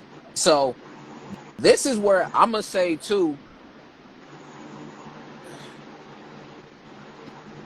this and it's some of the kids I work with too, this becomes a very hard thing for them too, is it's hard for them to open up and trust people because of the fact that they had an instance where in the past they opened up to somebody and they trusted somebody and that person broke that trust by either telling someone, making fun of, or reminding them, because when that person was upset they brought back up that same situation. So for example, I don't know in particular, but for example, you tell your significant other or you tell a good friend of yours that you have this innate fear of this or that, or you had this deep secret that this happened in the past. Think it's all straight and think it's all square. But then it comes to a moment where you may have had a heated argument with them, and within that argument, they bring back up that secret or that thing that you trusted them with, and they say it out loud. Mm, That in itself right there then causes and elicits a negative response that triggers becomes a trigger, because now I don't even know if I can trust with saying any to anybody now, because look, in the past when I yeah. told somebody about this situation, this is what happened. Now I don't want to tell this to nobody because then it keeps reminding me of this. So if I tell you like this secret that I have, or I tell you that this problem that I have, I don't want to do that because it's going to remind me of when I had that fight with my friend, and that made me feel a Yeah. certain way. So people capitalize on others too, using that as a defense mechanism while at the same time as a manipulative or a tactic to manipulate folks. So even nowadays, and I'm gonna say this for people between men and women, those type of relationships, most of the time that's women that's doing that. That they will, like a man, like when they say they want you to open up and confide in you, a lot of men don't do so because of the fact that they know if they have an argument, it could be about some little or something happening most of the time. And it's also the choice of women and people that you put around you. So if you're around toxic people, you in that situation, there's something about you that you need to address. But you share that with that person, they got ammo at any moment in time that they can use. Oh, you told me about this, it's in the chamber. Oh, you told me about this, oh, it's in the chamber. Now, yeah, baby, remember that one time that you came home and you started crying about this, and that? Like, yeah, you remember that? And it's like, I can't even confide in you. You telling me to, but then I can't do that because then guess what? You use it against me. Yeah. So then you create that. So now that becomes a power move for them, because at any moment in time that they lose in an argument, or you want them to do something, or you're actually trying to help and keep them accountable of something, they can always go back to that. They'd be like, but yeah, but you know why you afraid of spiders, right? It's because this and this happened, right? And then Yeah, that's supposed to be the up. That's it. I got you. Checkmate. exactly. Yeah, Which is horrible. I don't know like the technical terms for all of this stuff, but those are some of the examples of like literally like that's way that they can capitalize off of you as a person yeah, in those men. That's why I will say this too. When you get into debates with people, some of people's tactics within the debate is to antagonize the other side so that the facts and all of the statistics and things that they have will go out the window, and you can get them mhm. in that mode of just emotionally responding It back to you becomes saying more that. personal. Yeah, that's what Trump did. That's why like, instead of focusing on the issues, he started giving names to everybody. Right? He had Crooked Hillary. He had he had Lying Ted for Ted Cruz. Like he literally had specific names for everybody, creating these anchors as well, right? Yeah, That triggers in their own way. Of like, so every time you think of Ted Cruz, now you think of Lying Ted. Now every time you think of Hillary, now you think Crooked Hillary, right? Like just the other side didn't do that, so like there's no name for him, right? It's yeah, and and so like he did that in the debates as well, where like instead of focusing on issues, like he got personal, and so the other side, it it it changes the playing field where it kind of can force the other side to also become more personal as well. yeah. Yeah. Mm. Another example, and then after that, we're gonna wrap up because there's much more, but I don't want to make this go any much further. Another example I could think about it too is blackmail. Yeah. Blackmail people. You have that to dangle over them.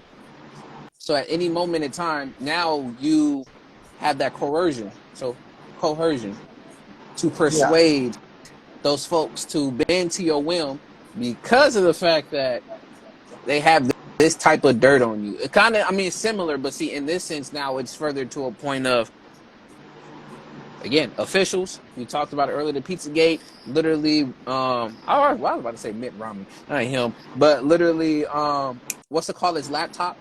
Ellis, all of that, the islands and all of that stuff. I don't know why it's not popping in my head, but he ended up again. Why am I saying Jeffrey Dahmer? See, I'm doing all the different Okay. names. That's not the Hunter specific Biden's name. laptop. Yeah, Yeah. yeah. It's on Hunter Biden's laptop as well as literally Hillary's homies that emails. Like, Hillary's email. All these different things, but see, for some of those folks, they don't really care in those particular instances, or again, they were able to refute it and say, oh, this is false, or all this other stuff is going on, it's fake news, et cetera, et cetera. But being able to have also those that information, which then can lead people to coerce you into doing things that then can elicit and create these traumas. And now these are going to be memories and events that become triggers. And it's all because of the fact that you don't want this certain fact or this certain thing to get out. So that's people right. Yeah. capitalize on using that to have a sense of a lot of this when it comes to the capitalizing off of anybody is a sense of money, power, and respect is how I'm seeing it. They do this to manipulate you to get some type of power, some type of respect over you, saying that, oh, the superiority that you were talking about earlier. They get it for the money because at the end of the day, that's how the world's circulating right now, is to get the money. And again, all of that folded in together based off of your traumas. So now what do you do Yeah. about that? How do you combat this before we close out? How do you go about being able to not have anybody be able to capitalize off your traumas? Kundan talked about it earlier. giving them little to no information about you. I'm even talking about from a digital sense. So all the stuff that you like on social media, from the ads that can be geared towards you, from the things that you buy, the information that you do put in. For I know some folks that unfortunately when they're down and out, they go looking up on YouTube or places of like, all right, what are some like quick ways that I can get some money that could be the legal way. And one of them is literally going on to different survey places and doing a number of different surveys to try to rack up enough money to get out from there. But from those surveys, they could be getting so much, even though some of them say that it's anonymous and that they're not tracking and all this other different stuff. To a certain extent, they still have that information and they're able still to pinpoint from who, what, when, where. The reason why I'm saying that is I had to do that for my capstone, or for some people call it their senior project, their Oh yeah. dissertation and things. I had to do something similar to that, where I went out and I did the same thing, and I did the studies, and I had people take surveys. And there's certain ways that you can still, even though it's still anonymous, you don't know the person's names or who or what there is there, but there's still specific numbers that can still track back to certain IDs on the surveys. So if I Mm, wanted to know if one of my homies did it, I could still kind of tell based off of not just saying the handwriting, but also can be based off of, oh, this number linked up with this, this, and that. They still have a way to be able to identify those things. But number one of it is giving little to no information on the internet for stuff. Unfortunately, of course, for a job and stuff, you yeah. got to give social, your ID, and security, everything, all that sort. But Yeah. limit the amount of information that you do share. As much as you can. Yes. And I think like rejecting all cookies on websites whenever given the option, or or if I can reject, I would choose what's acceptable. Um, Yeah. and by the way, interesting note, Facebook. One time I removed all cookies from my Facebook, Yes. and it automatically locked me out and didn't let me log me back in.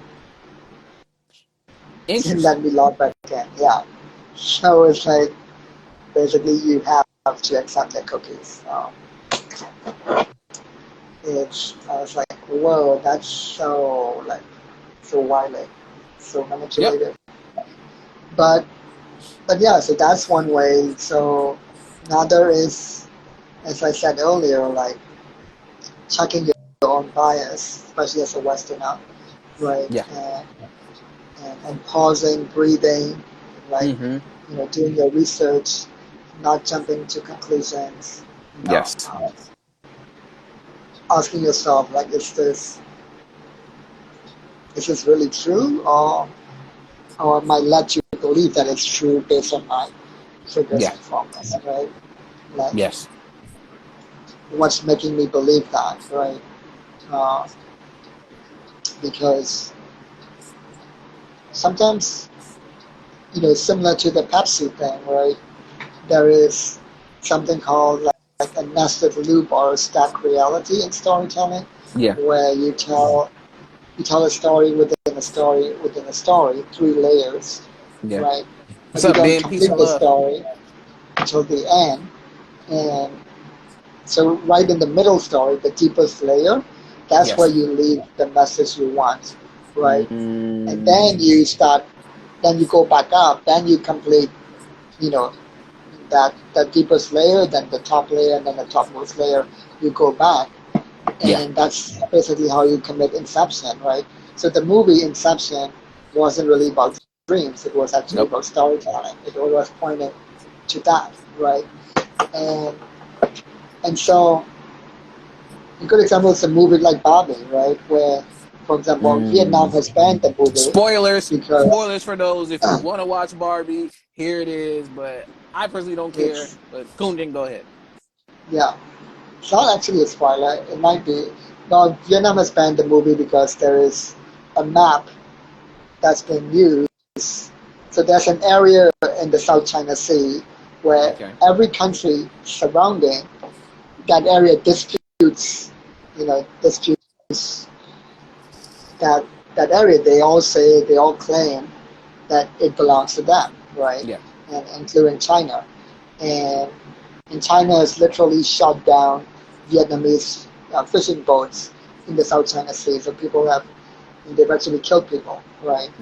And Mm. so in the Barbie movie, and not just Barbie movie, but like almost every Hollywood movie in the last few years has used a map that favors China.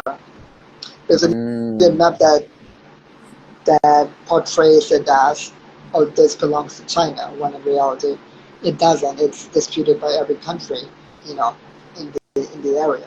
You know, it's Hmm. disputed by Laos, Cambodia, Vietnam, and I think possibly the Philippines too. And these are all the countries with much less power than China, right? So when Yeah. you have so the map in the movie is only 3 seconds, but that's what makes it worse because now it will just go directly into your Subliminal. subconscious because your it's inside a nested loop as well because the Barbie movie is basically multiple stories in one, right? There's Barbie Land, there's a real world, so it's like multiple stories in one. It's so it's like the ultimate inception. So it's like so next time you read a report right about the dispute Yeah. and if mysteriously, emotionally, you are somehow on the side of China, you might not even know why. It's because of that movie. That's how that's the dots being connected. You know. Subconscious Yeah, programming. Wow. But yeah, y'all. and With that's that why all Vietnam said, banned the movie. Like, yes. yeah, And with all that said, before we close out, Kundan, final thoughts and wrap ups for tonight's show. All on you. yeah, uh, yeah. Be aware of your triggers. Be aware of your traumas. Uh, learn to learn to check your own bias as and learn to see like where you are on the spectrum of privilege versus oppression, right? Because Mm-hmm. we're all both oppressed and privileged, right? Like, Yes. you know, like you could be black and a man, so now you have, you know, uh, you might be oppressed as a black person, but not. But as a man, you might have, you know, more Privileges. privilege than a Uh-huh. woman, woman, right? Same thing with being cis versus queer, right? Uh, Yes. cis versus trans, right? So, Yes. so there's like, and also like, and this Peace and is love, Zach. a privilege that a lot of people are not aware of because it's the water people swim in the West, Yeah. like the privilege of being a Westerner, right? The Mm-hmm. colonial privilege of being a Westerner, of being uh, educated by colonial programming. So, go be aware of your Western privilege as well. Go on this journey of decolonizing, right? Yeah. As a Westerner and and also be aware of like you know geopolitics or even the basic geopolitical terms so that you don't get manipulated, right? Because like even terms like global north and global south, right? Or Mm. term like west or westerner, these are not geographical terms, they're geopolitical terms. That's why even Australia and New Zealand are considered part of the global north, even though geographically they're literally in the south, right? And then even Japan and South Korea are considered part of the global north as well, even Mm. though geographically they're in the east and they're Asian countries. They're not, Europeans, but they're considered part of the global north and even sometimes considered part of the West, right? Because they're so westernized. Yeah. So, Mm. and so yeah, be like get yourself at least a little bit educated and get outside of that, American bubble, like Eurocentric, Western-centric bubble. Um, Yeah. and yeah, be aware of your triggers and traumas. Be aware of like what's the agenda here, right? And like you said, be aware of current events, what's happening in the world, and be aware of the fact that hey, there's been enough problem with misinformation on the internet, but now Yes. it's going to get worse with AI, with the deepfakes, with the voice cloning. You know, um, like I saw an entire YouTube channel the other day where they literally have voice clone Morgan Freeman, his voice, most likely without paying him. So there's that issue as well as a side note, right? Of Mm-hmm. taking advantage, stealing people's labor in a sense. But but then voice cloning is also been used to do ransom scams, right? Where Yeah. somebody will call you literally in the voice of your child because they Yes. voice clone your child and pretend that they're being kidnapped and ask for $1 million. This actually recently happened to a Yeah. mom, right? Um, and she almost sent the money, right? And she was really worried, and she started calling everybody, and she called, and finally her daughter, her daughter was on a skiing trip. Her daughter finally called, and she was like, "I'm okay. Like, what's wrong?" But the voice sounded exactly like her, like you know when they called. Um, Yep. so yeah, so be very like careful. Bam. Thank you so much, Kundan, as usual. Coming in, sharing your thoughts, perspectives, and just giving us a lot of food for thought to keep in our minds and to really think about as the days move forward. So always shouts out to you and much love for always coming through and giving up your Yeah, time. I'm even thinking about like what might happen, in trials now, right? Like as far as evidence, like since Yes. what's going to happen, like our recordings, you know, two opposite things can happen. Like, will deepfakes be used as evidence, or conversely, will the defense claim that a real recording is a deepfake? So, are professionals able to tell the difference? Like, I don't know. Like, I hope there are AI professionals who can tell the difference, in a court of law and for legal purposes too. That's another important thing to be aware of too. Just more situations to complicate more situations.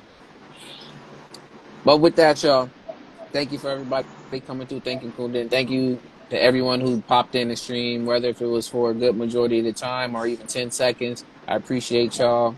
Those that's out there watching later, please leave a like, comment, please share this.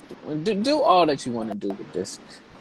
But besides, don't try to strike or anything else. Don't report it. This is good, okay? I need to keep these videos going. We don't need no more Yeah, Instagram shenanigans and any of that stuff. yeah, I exactly. want this series to get done first before all of that happens. But with that being said, to wrap up, when it comes to current events, like Kundan already alluded to and spoke on, it's very important that you stay aware of this stuff, not only to properly prepare yourself, but also to have that information and share it with your loved ones and people that surround you, because proper preparation prevents poor performance. We got to stay aware, stay keen in, and you really need to start building on your discernment skills today. Second, when it comes to triggers, main thing to take away from that is we all experience different types of triggers in various ways, and a lot of them come through the senses. So when things like that happen, take your time, breathe, figure ways to slow down your thought process so then that you can take a moment to reflect and take it in and know why, where, and all of that stuff. So being able to pinpoint the emotion and that response and ask, why is it making you feel that type of response? If you need people, if you need to talk to, professionals to be able to get that out, please build those resources as needed. And lastly, when it comes to how do people capitalize on other people's traumas, you hear it in the music, you see it on the news, you see it in politics. And all of this is gauging around money, the power, and the respect. There's much more, but those are three that I pinpointed out there. And they will use these three things through various avenues to capitalize on your trauma, make you feel bad about it, and really distract you from the fact of actually addressing your own trauma. So to combat that, do the same things as previous, slow yourselves down, discern what's really being said and given to you as it really being true, as well as take your time to really give yourself some love, all these other different formats, so that people will not take advantage and capitalize off of those negative events that have happened to you so that you can find the time and ways to heal. But with that, y'all, this has been another episode of What's the Word Wednesdays. Grateful for everybody came through. Thank you, Kundan. Thank you for all those who are shouting out to see this. If you want to watch this later again on Instagram or YouTube, go ahead, check it out on my Instagram at A.D.V.I.S Music. YouTube, A.D.V.I.S Speaks. We got more videos popping up on there too. So go check it out. If you're tired of hearing me talking, there'll be some music, all this other stuff that's going on there. But other than that, y'all, stay aware, keep pushing. Don't forget to keep your pace, patience, awareness, consistency, and empathy. And we will see y'all next Wednesday for another episode of What's the Word Wednesdays. The season's getting close, so come pop in. There's not gonna be any more after this. Right. Other than that, y'all, peace and one love. We're out. Listen up.